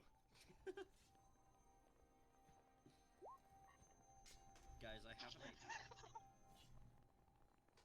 I have an idea, but it's Hyanen's turn first, right? Because Hyanin is top of the round. Also, I'm Trey. after, Hannon said, okay. I'm after Silas. Yes, you are. I had to fix that.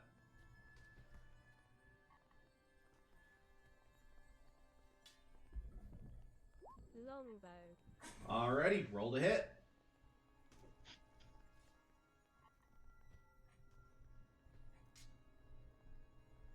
Three. 3 does not hit. we really need Watch out. to get you some physical dice. Yeah, but clearly whatever roller you're using hates you. You are rolling on a d20 and not like a d6, right?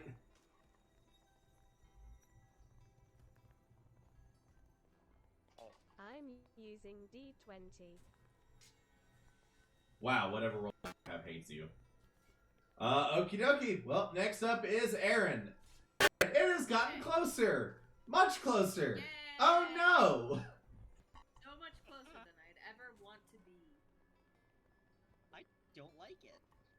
Okay, So, am I close enough to be able to hit it with, like, to swing at it with, my great axe? No. Dang it. Yeah, you're still like 40 feet away. Okay, so I'm gonna use my crossbow.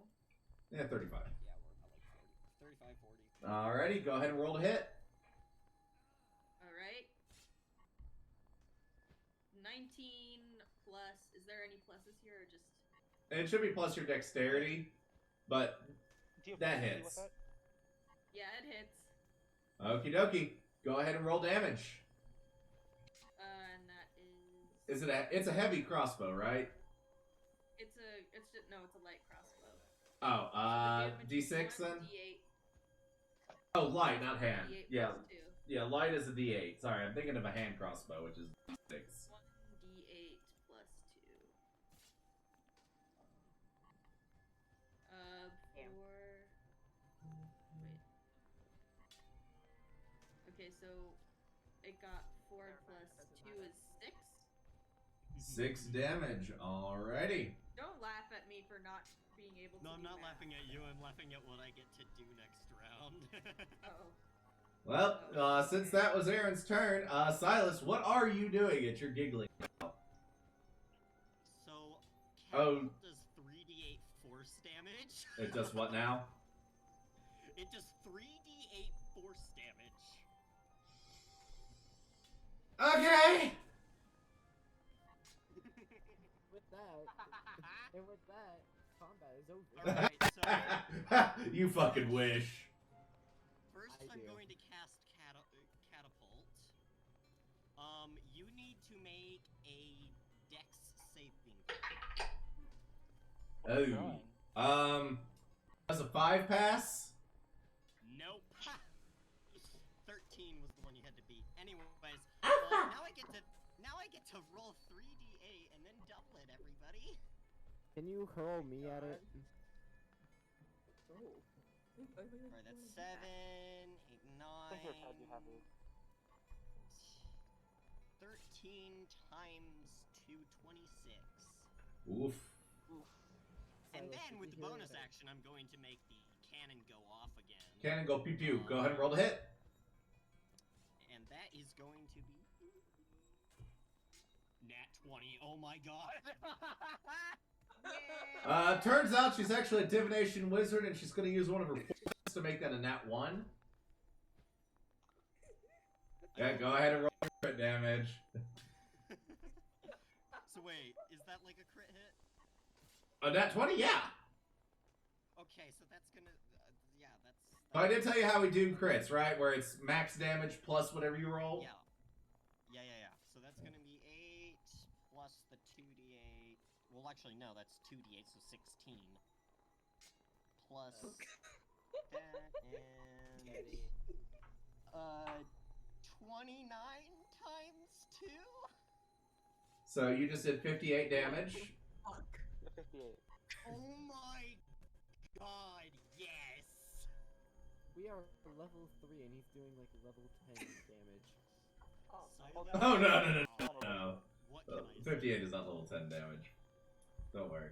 Is it not? No. Okay. It's like, We once again hear echoing out across the chasm, or across the battlefield, her memories, her words from the past. You saying, "Do you love me now, mother? Am I beautiful now? Look at me.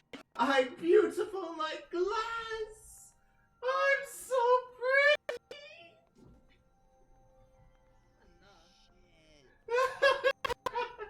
Skill issue. hang on, how much damage did I do overall between both attacks? Yes. 20. Almost 80 damage. Oh my That's the god. majority of the Also- damage. Teddy. Moving on. It is Samoa's turn. Oh, 'Cause- yeah. Oh my gosh. I was gonna ask before if Silas could have just hurled me as the catapult. No, a catapult only does up to 5 pounds, unfortunately. Yeah. The fish was a one-time deal. Damn it. Yeah. I have no way to get to this thing. Yeah. Choose one object weighing Supposed to be 1 able to to 5 fly. pounds with Alright. a range that isn't being Warner Cage. So, anything you got, Samoa? I literally just have magic missile. Alrighty, magic missiling it again, I guess. It's all I can do. I mean, to be fair, you guys did decide to activate the fight before you were in the big open area to fight her in. That wasn't my fault. Which, I didn't anticipate, and that kind of worked out in your favor. I said peace. It did. I was planning on this actually. It's once again 20 damage if it's doubled. Okay. Suggested peace. I'm curious as to how much HP you gave this thing and how You much. could just increase the HP. Enough. I Do get that. enough, okay? However, at this point, you do notice, with that last blast of magic missile, you see cracks forming over her exoskeleton. You see a couple of her limbs have actually broken off. And she seems to be frantic. That 80 damage was perfect, everybody. Oh yeah, that 80 damage is a little unexpected. I don't know what to say. I don't know why, but I tend to Alright. roll high. Next is Altair. Wait, Oh real yeah, quick. I have this campaign. Can I Okay. say? Can I do chill touch? You have to touch it to use. Or wait, no, wrong thing.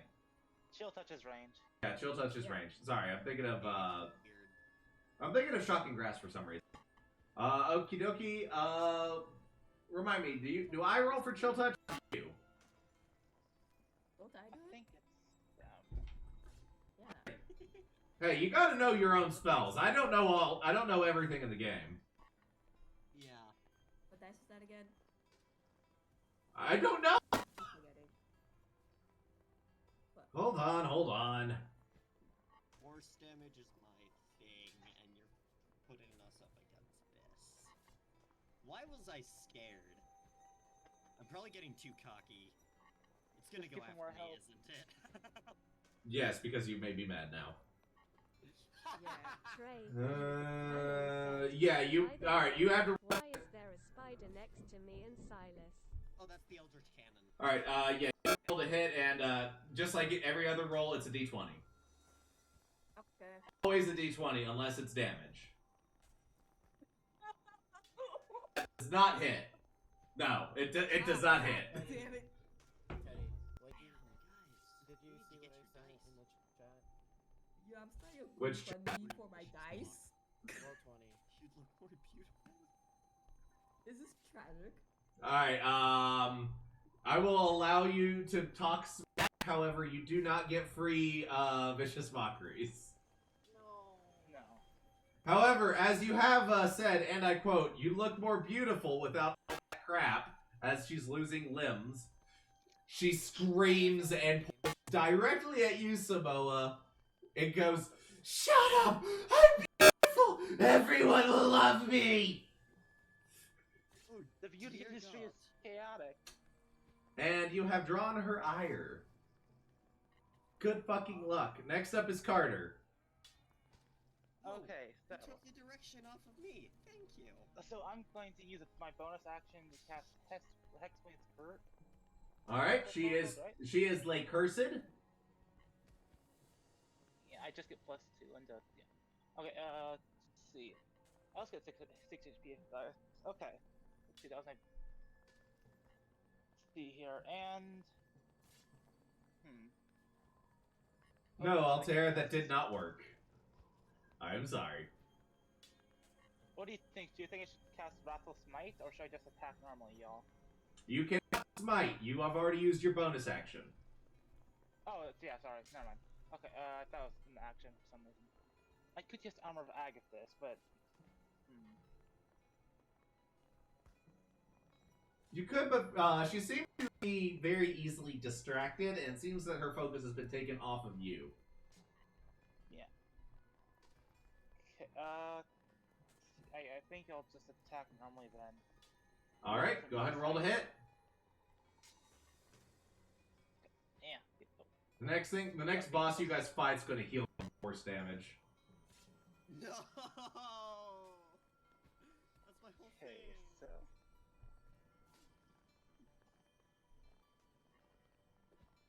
roll the hit. Enjoy it while it lasts. Mm-hmm.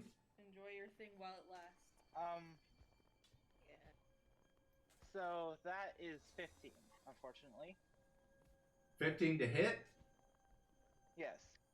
Sorry, just shy of it. You think that you're going to spot as you strike down, but as you strike down in a spot between the glass plates that make up her. At this point, you're pretty sure it's more slug than it is centipede, but it glances off of the smooth glass surface, just barely. Sorry, but it is her turn. Oh shit. God. So, Oh, no. Can I take this? heard you were talking shit, mate. I get opportunity attack. Hold that thought. Let me just make sure. Yes, you get an opportunity attack. Go ahead and roll the hit. Okay. She's in the cavern, everybody. Okay. Okay, thank goodness. Let's see here. As she does, she expands her body and grasps onto the ledge up next to you guys with her legs, before scuttling around her lower body, now coiling down into the chasm below, as she's on the edge of this cliff. So that was a 21 to hit. 21 hits. Go ahead and roll damage. Okay. Oh, no, wrong dice. Oh, okay.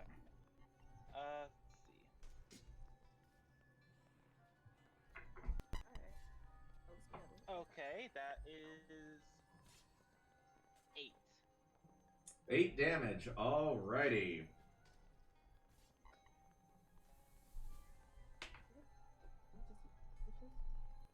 Okay, what the fuck is going on with my music? This is just weird now. I don't know. Okay, so this boss music is supposed to be the epic final boss music. When you're fighting Oral, the final boss of Rime of the Frost Maiden, a literal god, and that's the music that they give you. Yeah. Oh, that's hilarious. Lame. Boo! Get better boss music. You suck. Next thing you know, the spider thing's after you. Spiders trying on their it, I best have a at the spider. boss music. Jokes on it. I have the a spider's spider. on me. No, like the Eldritch Cannon looks like a spider. No, I know, but the literal spider is on me. His name is Ballistic Barry, everybody. Stick Barry? That's what you're going with? Ballistic Larry. Okay. Well, for this one, yes. They'll all have different names, don't you worry. Yay. Once I get high enough level to have 2 cannons, one's gonna be thing 1 and the other's gonna be thing 2. Yeah.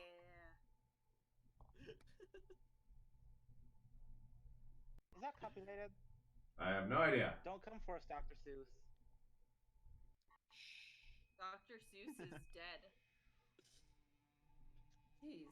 Universal We have lead guitar for the battle music now. Apparently. Am I able to move the spider? Oh. Is this what I the cannot. chasm sounds like? I guess. Alright, while we're trying to get the music to work for me here.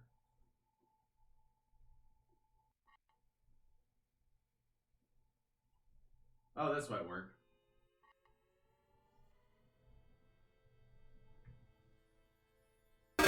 That works. Okay. As she has officially had enough shit. Oh god. I said one thing. You see that now she is actually foaming at the mouth, and you can actually physically see the the ice or glass that makes up her body actually starting to glow red. She is Gross. angry. Teddy, I hope you know I'm going to keep fucking with her. Well, she's going to attack you, and does 21 hit. Oh Okay. God. Oh my. I'm going to take that as a yes. A 21 does hit. You I take said yeah. Definitely. 9 slashing damage and 3 cold damage, so 12 total. And I need you to make a strength saving throw. Oh, beautiful. 14. 14. You narrowly escape her grasp as she's desperately clawing at you. And it's made abundantly clear. She's not trying to grab you and hold you close like she was with Carter a moment ago. She's trying to throw you off the edge. Okay, actually, also, can I, like, jump on her head? No. Aw. It's not your turn. And Okay. since she has multiple targets, she's going to make more attacks. Oh. Shite. Next attack is against Silas, and that is a 22 to hit. Shite. Alright, Silas, that is 6 slashing damage and 3 cold damage. 9 total. And I need you to make a strength saving throw. Okay.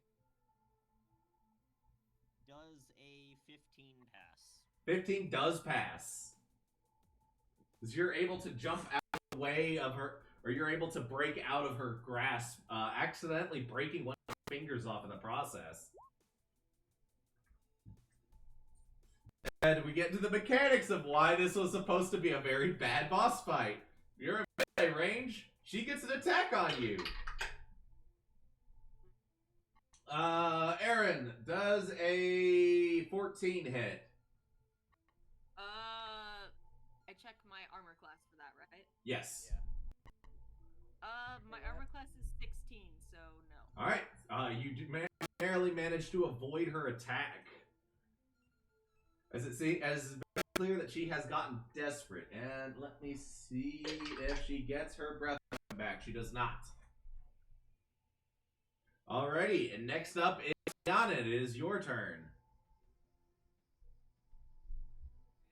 Listen, as long as you just gonna guys be back unmuted. up, I'm going to keep fucking with her, and she's What'd you say, Trey?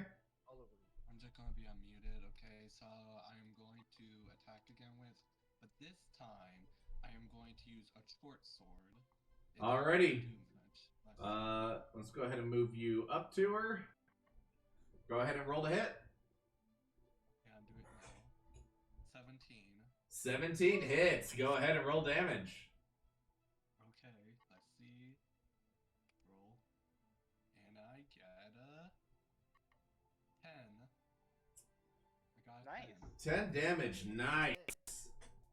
Wait, what's the D for a short sword? let me look. 1d8 plus 3. Oh wait, no, Why'd I'm you reading the roll a wrong thing. D12? I'm reading the wrong thing. For a short sword? No, it's not a D12. 1d6 plus 3. I don't know what I'm reading. I don't know if I'm reading that right. So a short sword is versatile, which means you can attack one-handed or two-handed. It's a I thought it was D6 long if you're doing one-handed, a D8 if you're using two. Okay. There's that longsword, wasn't it? So I need to re-roll because I did No, that short wrong. sword. Short I sword's see. just 1d6. Wait, it is? Short Yeah. Short sword's only Longsword's 1d6. versatile. Only one-handed. Their properties are finesse and light. Oh, I thought it was. I'm getting it mixed up with longsword. So yeah, it's a D6 plus your strength modifier. So I gotta roll a d6, Yes. right? I was confused Okay. why there was a d12. I'm rolling. Yeah. Oh no. I got a 1. Plus 1, so 2. Okay. I rolled two ones for damage. It's not. Well, isn't it? I don't think Wait, Oh no, if- plus 3, so it's 4. Yeah. Yeah, I was gonna say. Alrighty. I know your sheet, so. Okay. Yeah, so Alright, that is Yanan's turn. Unless you have a bonus action to do, Yanan. no, don't think so. Okie dokie. Next up is Aaron. Aaron, there is a big ugly monster, and it is right next to you, and it just tried to claw your face off. She may have screamed something about adding your face to her collection. Ew. Oh. I'm just gonna be like, bro, I'm not into you. man. I'm gay. Every person ever in the LGBT community. It's like it's. I've had enough of you. Please die. I can't tell if you're pretty or not. Damn, that would be awful. Oof. I don't swing that way, so I don't know how pretty you are. So roll 20. I'm gonna try to shoot her with my short bow. Unless I can hit her. She's within melee range of you. She's right next to you. Okay. But she does scream back.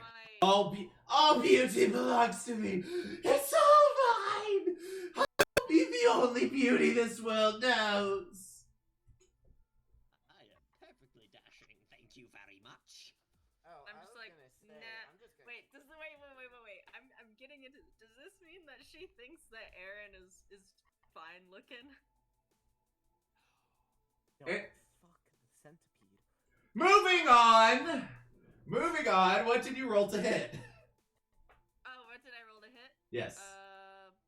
15 plus 2, so that's. That hits. Go ahead and roll damage. Okay, and that is. I'm just having to check numbers because I suck at numbers. That is 1d12 plus 2. So. That's. Oh, nice. 12. 12 damage. Nice. Alright, she is very clearly on her last legs. Most of her arms are broken off now, her legs shattered. How many legs does she have? Not nearly as many as she did before. And you see large chunks of her exoskeleton on the back portion of her body start to fall off from the cracks running down what's left of her body. If Silas doesn't kill her, I'm gonna have something so taunting to say. She's at this point she starts to look terrified, and you hear her whimper, "Why won't they love me? I'm finally beautiful. Why are you taking it away?" So you can actually look pretty. If this trying to give you a does makeover. kill her, I will be so happy if this does kill her. Alright, Silas, it is your turn. Gonna shoot her with my pistol because I don't want you to roll any saving throws. I don't like that. I'd rather play my own RNG. Ooh. Does a 14 hit? Nope. Sorry, not 14. I forgot to add the DC. That's plus 3, so 17. Yes, that hit. For the record, the 14 didn't, and I was happy. For a second. Alright. Where is it? There's the D10. That's gonna be 8 damage. And then, of course, bonus action, I'm going to shoot her with the cannon. Alrighty. So... Oh, another 20! Jesus fucking Christ, friend. Bro, I don't Holy get to shit. taunt her! You bitch! Oh my god, what is going on with me today? Okay. You're the killer. You're a murderer of a centipede. Silas, Ren, I need you to tell your dice that Silas is not the main character. Because clearly they got the wrong memo. For this fucking boss fight, shit. I like these dice, okay? There's a reason I like them, Teddy. There's Serpence's dice and then they're my dice. It keeps giving me like a... Oh my god, okay. Serpence's dice got the memo that Silas was the fucking protagonist, and Trey's dice just thought that you were an extra. Alright, so 16 plus 8 is 24? Doubled. Times 2? So 48? Please, I want to taunt her so bad. Well, I have news. She is alive. Damn it. Barely. No. Who's after? No. Samoa, it's your turn. Wait, Teddy, one more thing. Uh-huh. The cannon does push the creature back 5 feet. What?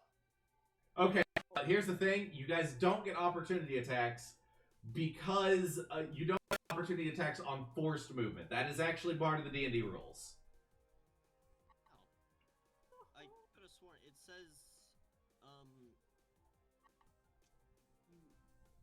No, that is actually part of the rules that it's in a random fucking rules section of the player's handbook about opportunity attacks. But yeah, you don't get opportunity attacks on forced movement. Okay. So yeah. So she does begin to stumble, and you hear she's starting to panic now as many of her legs are gone. She's scrambling at the cliff face, desperately trying to climb back up.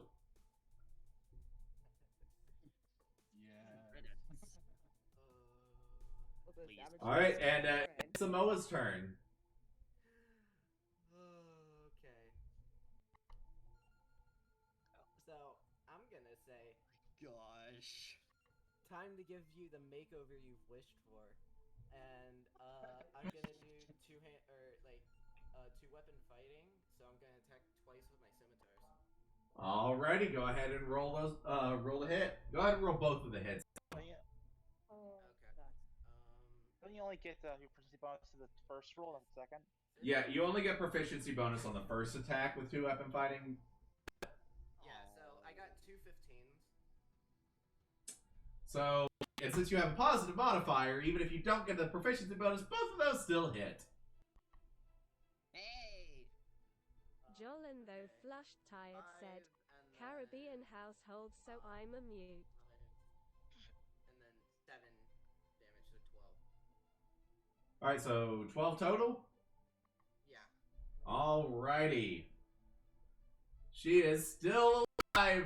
The little princess that could. Oh my I'll god. tell you how much HP she had after this fight, but she does not have much left.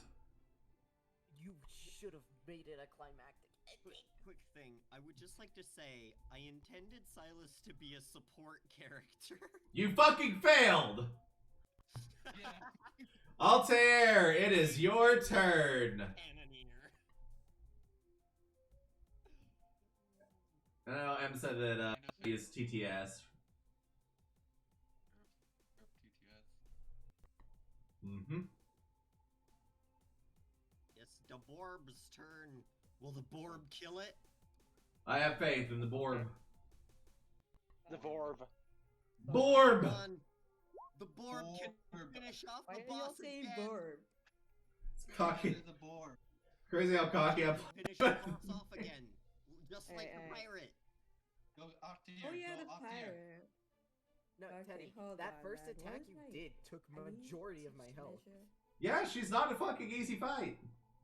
You guys are just getting lucky. Fine. And I'm I'm still actually going to not taunt using- her. Alright, enough. What's M See that? doing? Alright, hold on.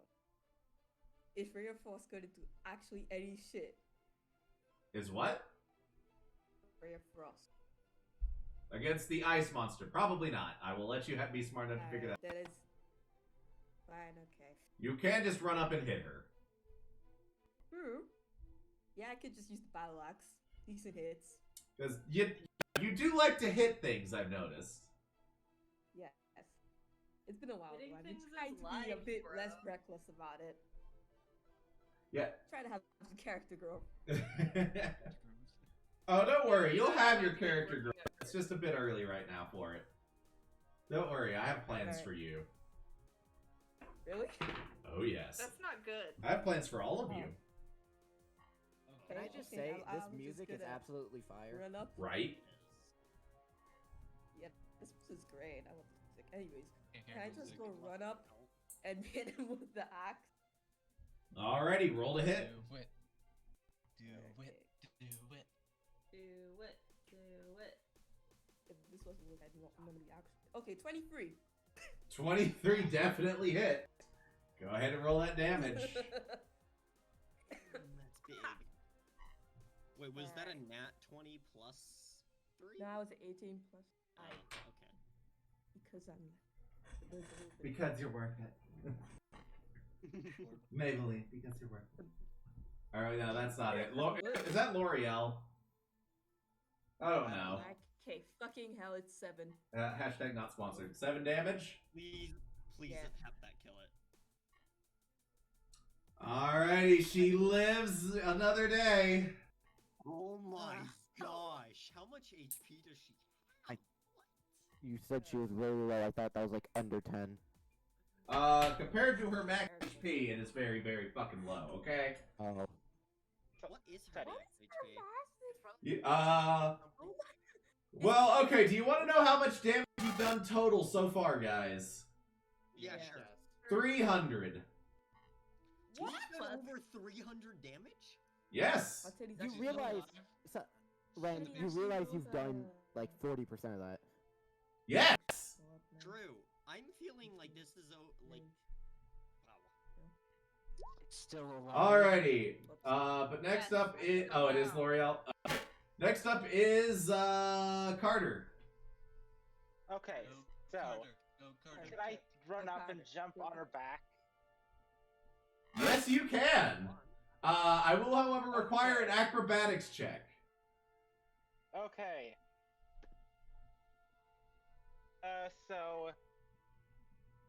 Okay. Acrobatics, that will be 19. 19 is plenty as you land on her back. She lets out a billowing scream. Get off me! Don't touch me, peasants! You're filthy, dirty, ugly! You aren't worthy to touch me! That's the one who's been trying to I kill don't us think this anyone entire should game. touch you with how you're looking. And then I'm going to cast Wrathful You know, I'm beautiful! It would be a blessing to never You're see fucking your in your ugly dreams. And, you said you're giving her a... Actually. Did you say you're going to, what did you say you were going to do, Carter? Cast Wrathful Smite. On top of her? Alright, you cast Wrathful Smite. Go ahead and hit. God, I hope this is what kills Okay. her. Oh, this is gonna be funny, isn't it? This could get real. And What? that's a nat 20.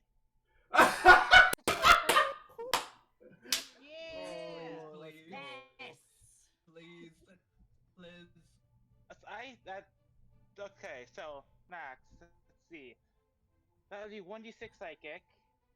So that's gonna be so that's 8 damage from the Wrathful Smite. Alright, wait. So, how much damage is the Wrathful Smite, does it say? Okay. Next time you hit with a melee attack during the spell's duration, your attack deals an extra 1d6 psychic damage.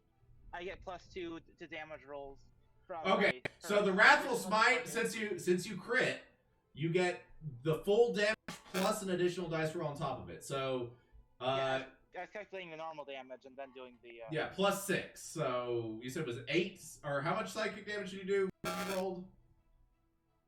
At max, that would be 8. All right, and then how much did you roll? Okay, so for an attack,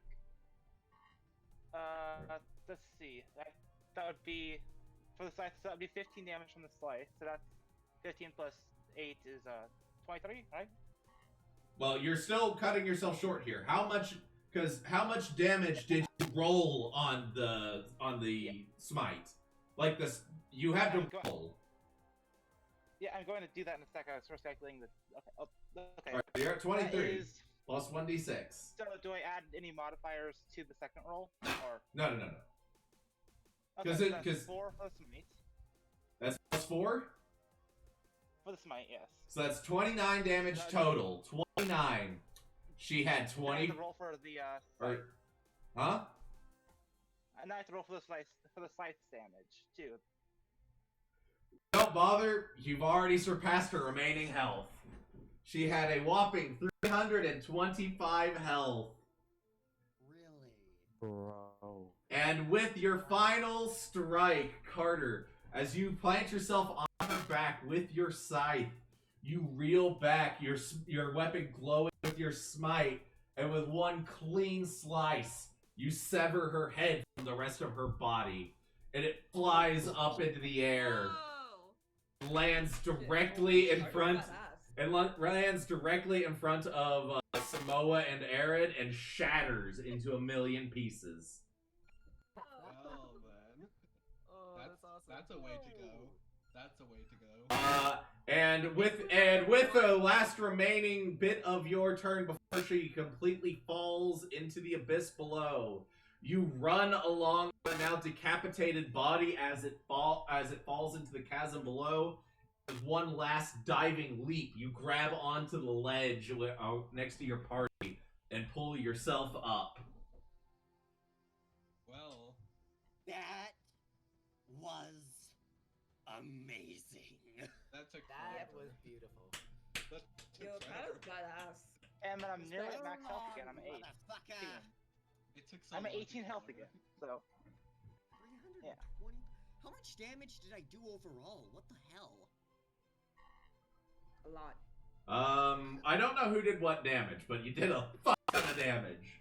You Yeah. you easily did over. You probably did close to half of her health because you do most force damage. Yeah. Holy shit. Now what? That's a good question. I'm yeah. supposed to be a Can we get off support the call? character. Once again, if you're supposed to be a support character, you're really fucking bad at it. I'm sorry. I'm just too good at being good at things. Silas is Wow. trying his Wow. I'm too good at being good at things. Oof. The ego. Ego. Listen, I love when ego. you are as special of a character as Silas to me, honestly, I'm happy. The ego. Alrighty. And as you are all breathing out a sigh of relief from your, as you are all breathing out a sigh of relief from the disturbing fucking thing that you just had to experience. Jesus You Christ. know, I feel like there's a lesson to be And that's made one here. way to put it. There is a lesson to be learned here. Don't Two let things it occur.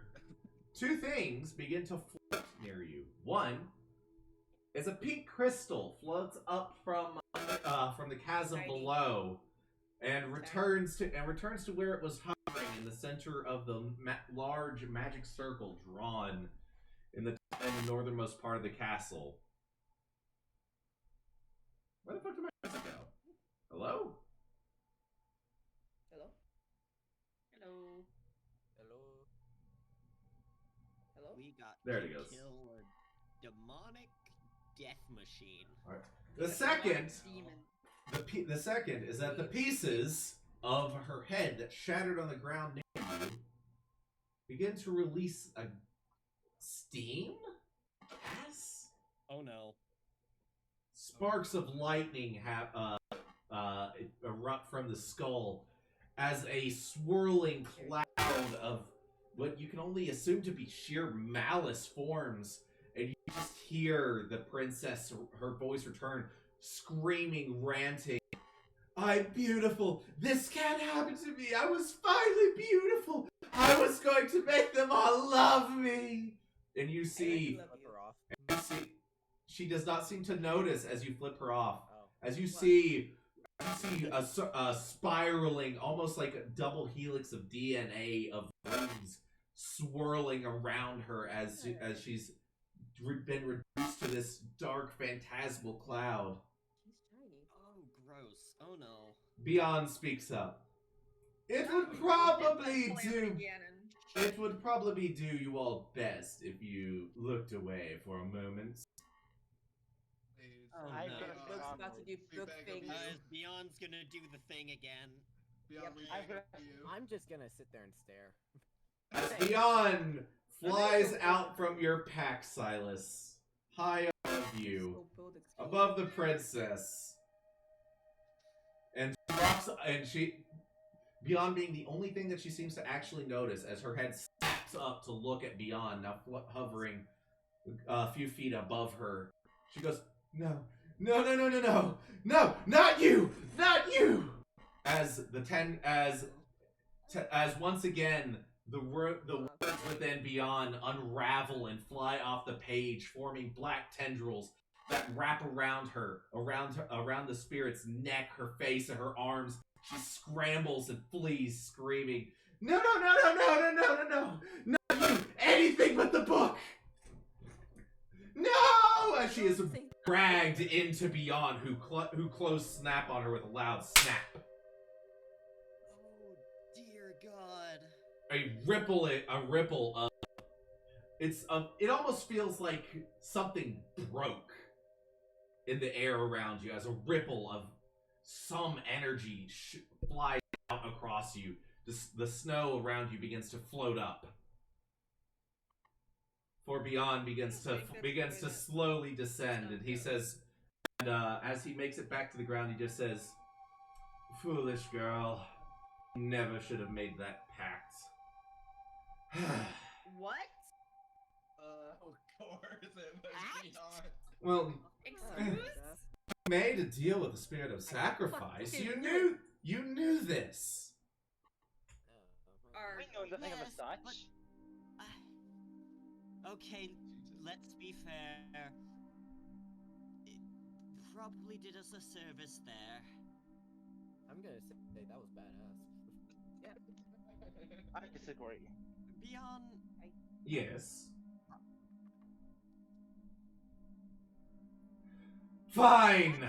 I owe you a bit of an explanation, I suppose. Beyond drops the facade, and he glares out across the party. Listen, I told you before that these things are dangerous. Their curses can be infectious. Even if one slays one of these creatures, if their curse is left to roam, it will find a new host. They'll be anew. Oftentimes, and he looks at you all with your injuries, take over the parties that they injured in the process. You're welcome that you didn't turn into her. Well, more importantly, I am the only thing in this entire godforsaken world that can rid us of these pests, as I've been doing for thousands of years. She was scared. Why exactly would she be scared of something that sounds quite innocent? Because I'm the only thing that can truly rid the world of her purge the world of her essence. Send her to the eternal damnation that she deserves. Look around. Do you think she deserved mercy? I think that she deserves justice. no, she doesn't. Let's be real here. No, she doesn't. Look at the glass limbs scattered about you. Every one of them from some poor victim that made their way up here. Some may have been like those thieves that were not good people. But do you think that all the people that went up here were thieves? Some of them were archaeologists, surely. Many of them, just the poor souls that lived in this palace before she destroyed it. Well, so yes. You said that it is my duty, my purpose, and my curse to have to rid the world of these pests. Everyone, Beyond kind of has a point. I mean, disagree. Wait, Beyond. Still don't like the book. Yes. I have a question. And I have all the answers. What do you want to know? Okay. So, were you becoming a book the outcome of Spirit of Sacrifice? The music cut in really well there. Stop.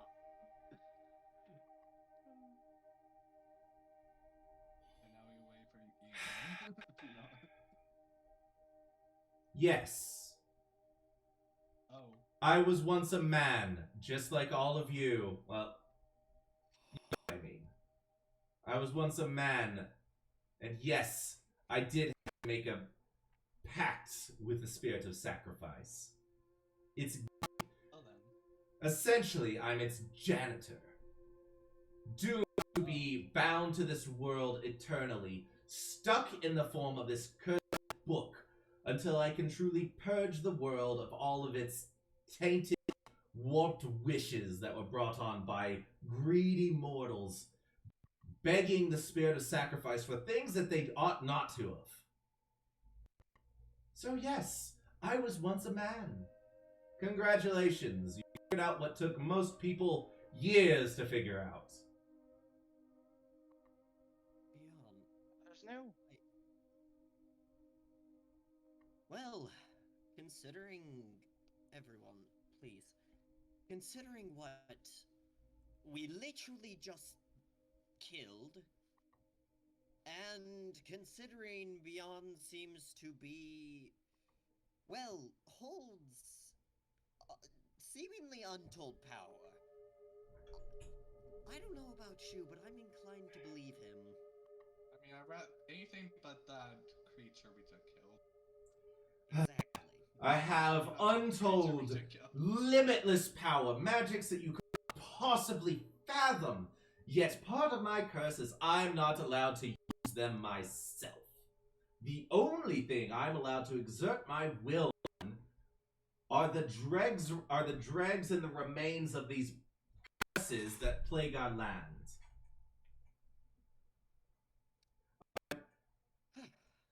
Essentially, phenomenal cosmic power, infinity living space. I love that reference.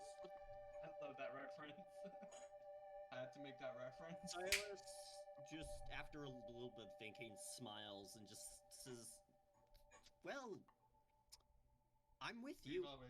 We've already made a reference to the outhouse. Now we have one to Aladdin. Okay, so Silas, you say that you're with him. I'm with him. Considering what we literally just fought and the stories of, like, some of the other spirits, well, not spirits, but the other, like, curses of that, like, other You guys have heard fairy tales, and going from Beyond's fairy tales, you've learned that most of them have some form of grain of truth, and they're not pleasant. Yeah, so considering all of that, Silas is kind of like, well, if he can be part of something that gets rid of a big problem for a lot of people, then sure. He's all for it. Silas, you're siding with this lunatic? I don't know if you are being delusional, but did you not see what we fought? Yes, someone in mental anguish, pain, someone who's long gone deserves rest. Not in torment in the pages of a book. I don't think that it was human at all. At least not. At one point, she was. Just much like me, she was human at one point. But look at me. Look me in the eyes and tell me, do you think I'm still human? No. Nope. Someone as cruel as you can't be human. I mean, You in would the be literal sense, you are a book now. You would be cruel too if you were damned to my torment for thousands of years. I think so. Yeah, I think I'm gonna walk down this mountain on my own back to the bishop. See, I'll meet you outside. Now, Hyanin, don't leave just yet.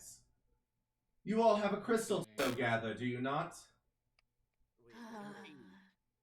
I just want to be off this continent. Get the crystal and we can leave.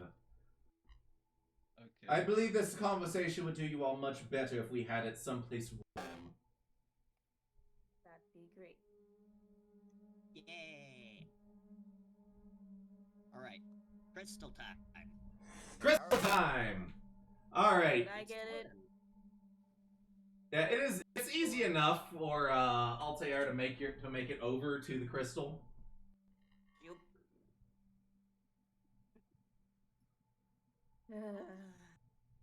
Altair, do you touch... Right. No, Altair, do be careful. I don't know what will happen if you touch that. It doesn't judging by her, it doesn't seem to have any negative effects, but you never know what that magic might make you see or hear. Is it too heavy for like mage hand? Can I miss It's too heavy for mage hand. Okay. And what'd you say? Could I jump over and help them? Then Misty step back with the with a handful of gems. I mean, I could just do it myself. It's easy enough for you guys to get over there. I'm not going to dick you guys around about going across the chasm after you killed the boss. Anybody that wants to go over here can. Okay. Also, Cannon be gone. I has dismissed Cannon. Okay. The cannon goes. It explodes. It does a magic little dance before it explodes. I just want to say, this fits Silas perfectly because A little bit. just eccentric, crazed nobleman, ballistic engineer is what I was going for, and I think I got that. What the hell in Ted's chat? Wait, what? I'm What talking did I about what do? you said recently in Only Ted's he chat. had more legs to protect him. Is Aaron going to go back over Reeve with the rest of the party? Sorry. Okay, all Yes, good. Sorry, I am. I'm going to go back with the rest of the party. Alrighty. Altair, as you are the one that made it over here first, as the party gathers around and you reach out towards this crystal, desperate to get off of this godforsaken continent, you touch the crystal.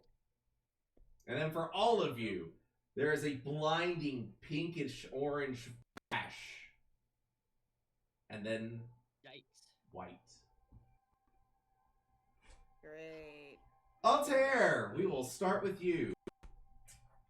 Altair, you are granted a vision by the crystal. All of you are granted a vision, in fact. All of you are granted a vision, and all of your visions start out the same way, with the same scene. As you find yourself floating above a massive globe. Or is it minuscule? It's hard to tell. It's shiny, brilliant, and covered in glass, but dusty. You look around, you're in a room of similar globes. All of these globes glowing with multiple spheres of light dancing around inside of them. Where there's not boats of light within these globes was inky blackness. Row after row of these crystal balls filled with lights and shadows. And you see over top of them strange figures. Figures that you saw in your dreams last night, actually. Those melting, misshapen, amorphous figures staring down at these globes. But they're much more stable now. They're vaguely humanoid, all of them. Their bodies seem to be made out of the same stuff of stars, their eyes glowing endless pits of magic and power. As you see them look down at these globes, occasionally you see them touching the globes, moving the motes around.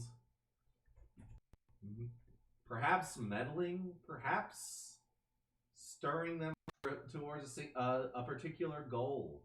But you see them shuffling about, moving from globe to globe.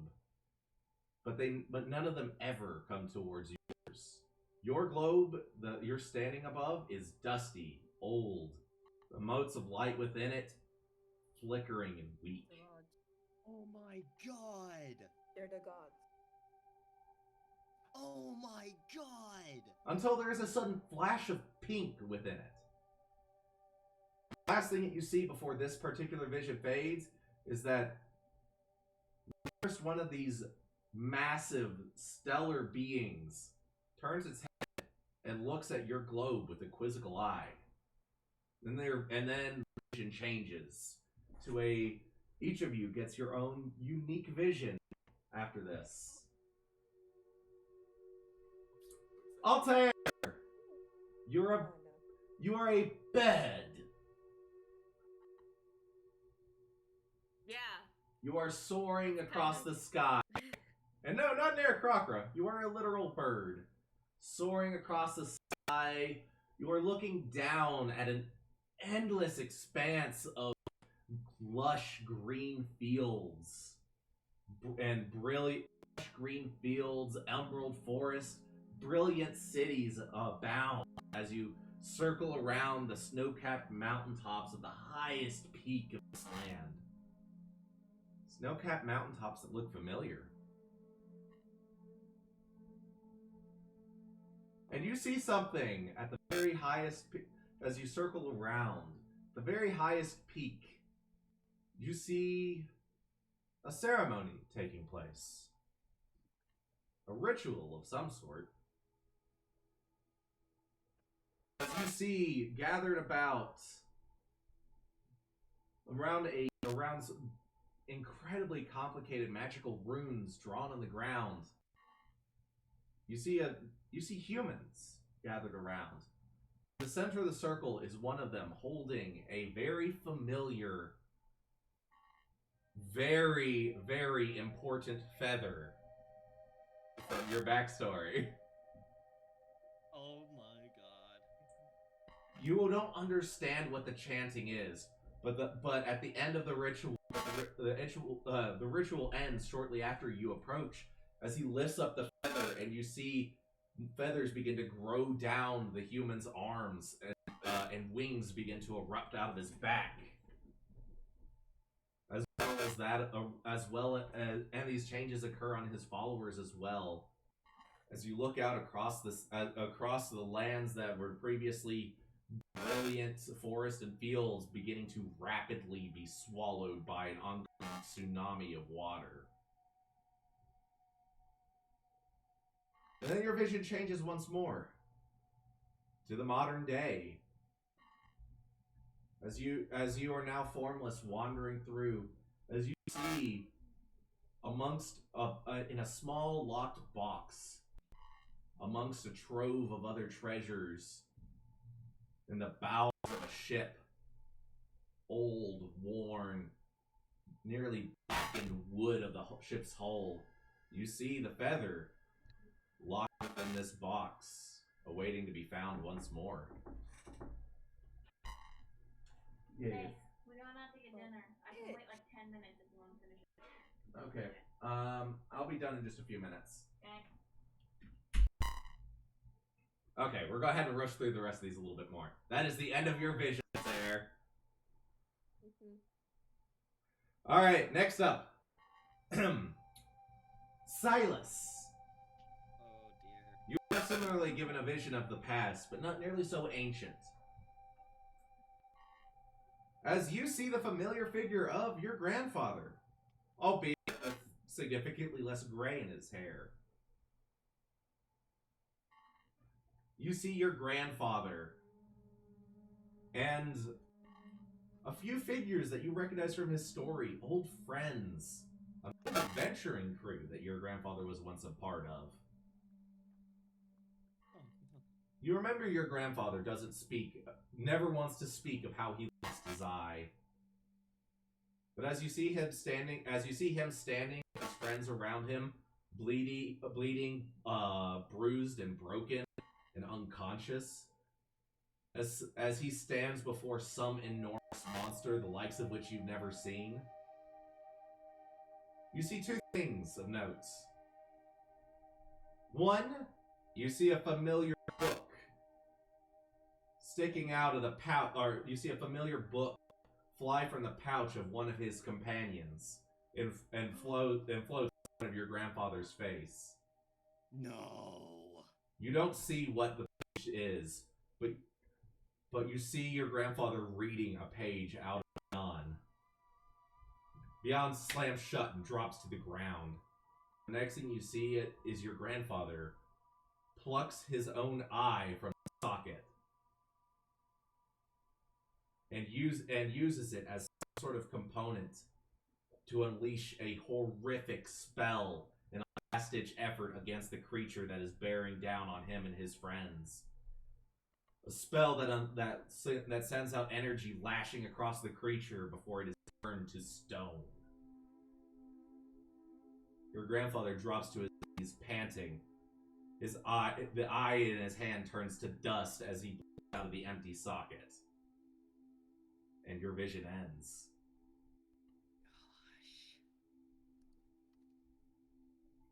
Wow. Carter! Just wow. Carter, you are granted vision deep, deep below the sea. A vision of a jail cell, flooded, covered in barnacles. In the floor of this jail cell, where it is dark, so deep in the bottom of the ocean that the sun doesn't touch. You see runes carved into the stone, immovable, binding. Inside of this magic circle, you see a tall, powerful demon. Magical energy forming chains around him, lashing him down to the bottom of the sea, where he screams and flails futilely against the chains, constantly looking up at the surface of the water, desperate to break free and escape from these ancient bonds. And it lock before it stops, or it locks eyes with you, Carter, and it speaks words that we will have to that I will have to tell you privately. Conan, we will get to yours at a different time, as I am kind of running out of time, apparently, unfortunately.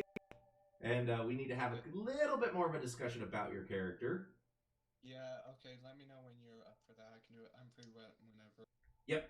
The last person that gets a vision is Samoa. As Reeve has left the chat, it looks like, for a moment. No, I didn't. Oh, you didn't? What the fuck is going on? Okay, Reeve, I'll have you get to I've been here this whole time. I'm just quiet. It said that you weren't here. That's bizarre. Anyway, we'll get to yours next time as well, Reeve, because I'm running out of time. But the last one I want to get to is Samoa. Samoa, are you ready for your tour, kids? Yeah. Oh dear. Samoa, Mine's juicy. you do not end up anywhere familiar. Instead, you find yourself in a theater. A grand theater. Enormous, towering, rich red velvet curtains line the walls. Beautiful, ornate rows of seats stretch as far back as the eye can see. And on stage is and you see that there is a brilliant golden stage draped in these luxurious curtains. A single spotlight, a lone woman singing the most beautiful song you have ever heard. A siren song you would swear as it seems to lull you closer and closer. Do you approach? Sure. Alright. You approach the woman singing on stage. You don't realize yourself moving through this. You don't realize that you have moved all the way through this enormous building until you're right there at the edge of stage, mesmerized, staring up at this woman. She is the most beautiful woman you have ever seen in your life, and her voice is undescribable, elegant, beautiful, and smooth. And she lets out one last crescendo to the final note of the piece that she sings, before she lets out a sigh of relief. Applause echo throughout the empty theater. You're not sure from where, but it sounds like there are thousands of people watching, but every seat is empty. Eventually, she turns her gaze to you. Goes, "Hello, Samoa. I'm glad you could make it." She holds out a hand to bring you up onto stage. Do you take her hand? I will. Alright. She lifts you up effortlessly.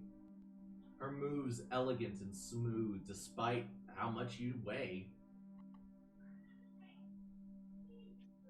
She says,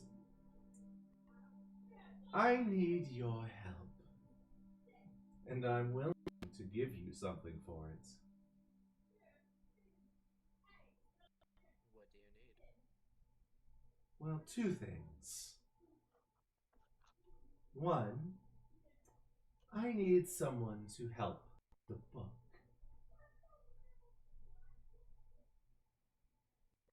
It seems that he's already found one stalwart ally, but I need reassurance.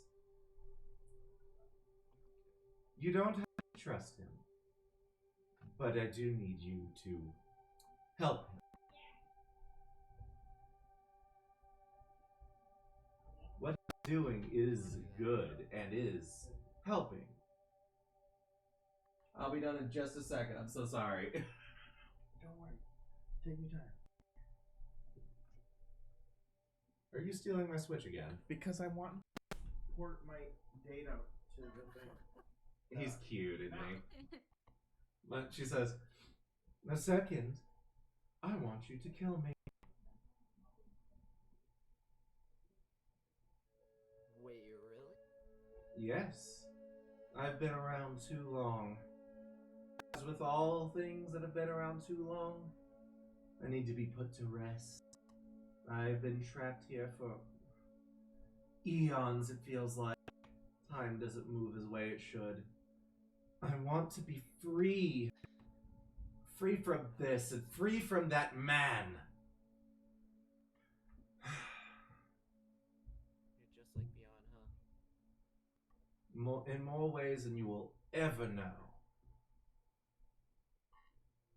And she holds her holds a finger under, or holds her hand under your chin and goes, "I can give you fathomless power if you trust me and if you will promise to do this for me." I promise I will. And with that, her form changes. The theater floods. The once rich tapestries are now dirty, dull, and covered in algae. Seaweed and barnacles cover the floor. Fish swim to and fro, and her form changes. And she goes, "I wait with bated breath inside of the body I've been cursed with." As you see, her form changes to the twisted, enormous, malformed abomination that is the Lady of Tears. Oh my god! Oh no. Oh no. And we will leave it there today, kids. Yohanan, Aaron, I will get to your... almost as old as you. Yeah, and Aaron, I will get to your guys' visions later. I do need to talk to you guys about those a little bit, but we'll discuss that later this week, okay? Okay. For now, I hope you all enjoyed. You guys too on Twitch and eventually YouTubes. I'm getting off of here. I'm gonna go get grub. Have fun, kids. Can I level up, please? Oh yeah, and also all of you level up. Yes, all of you do level up. And yes, you are able to take your in Samoa. You are able to take your level in Warlock. I knew it! What? I knew it! I knew it! That's why she said fathomless power. I I'm going knew fathomless. that sounded like a warlock patron. I knew it. God. You're a warlock of the fucking Lady of Tears? Yes, he is. Bye, Twitch.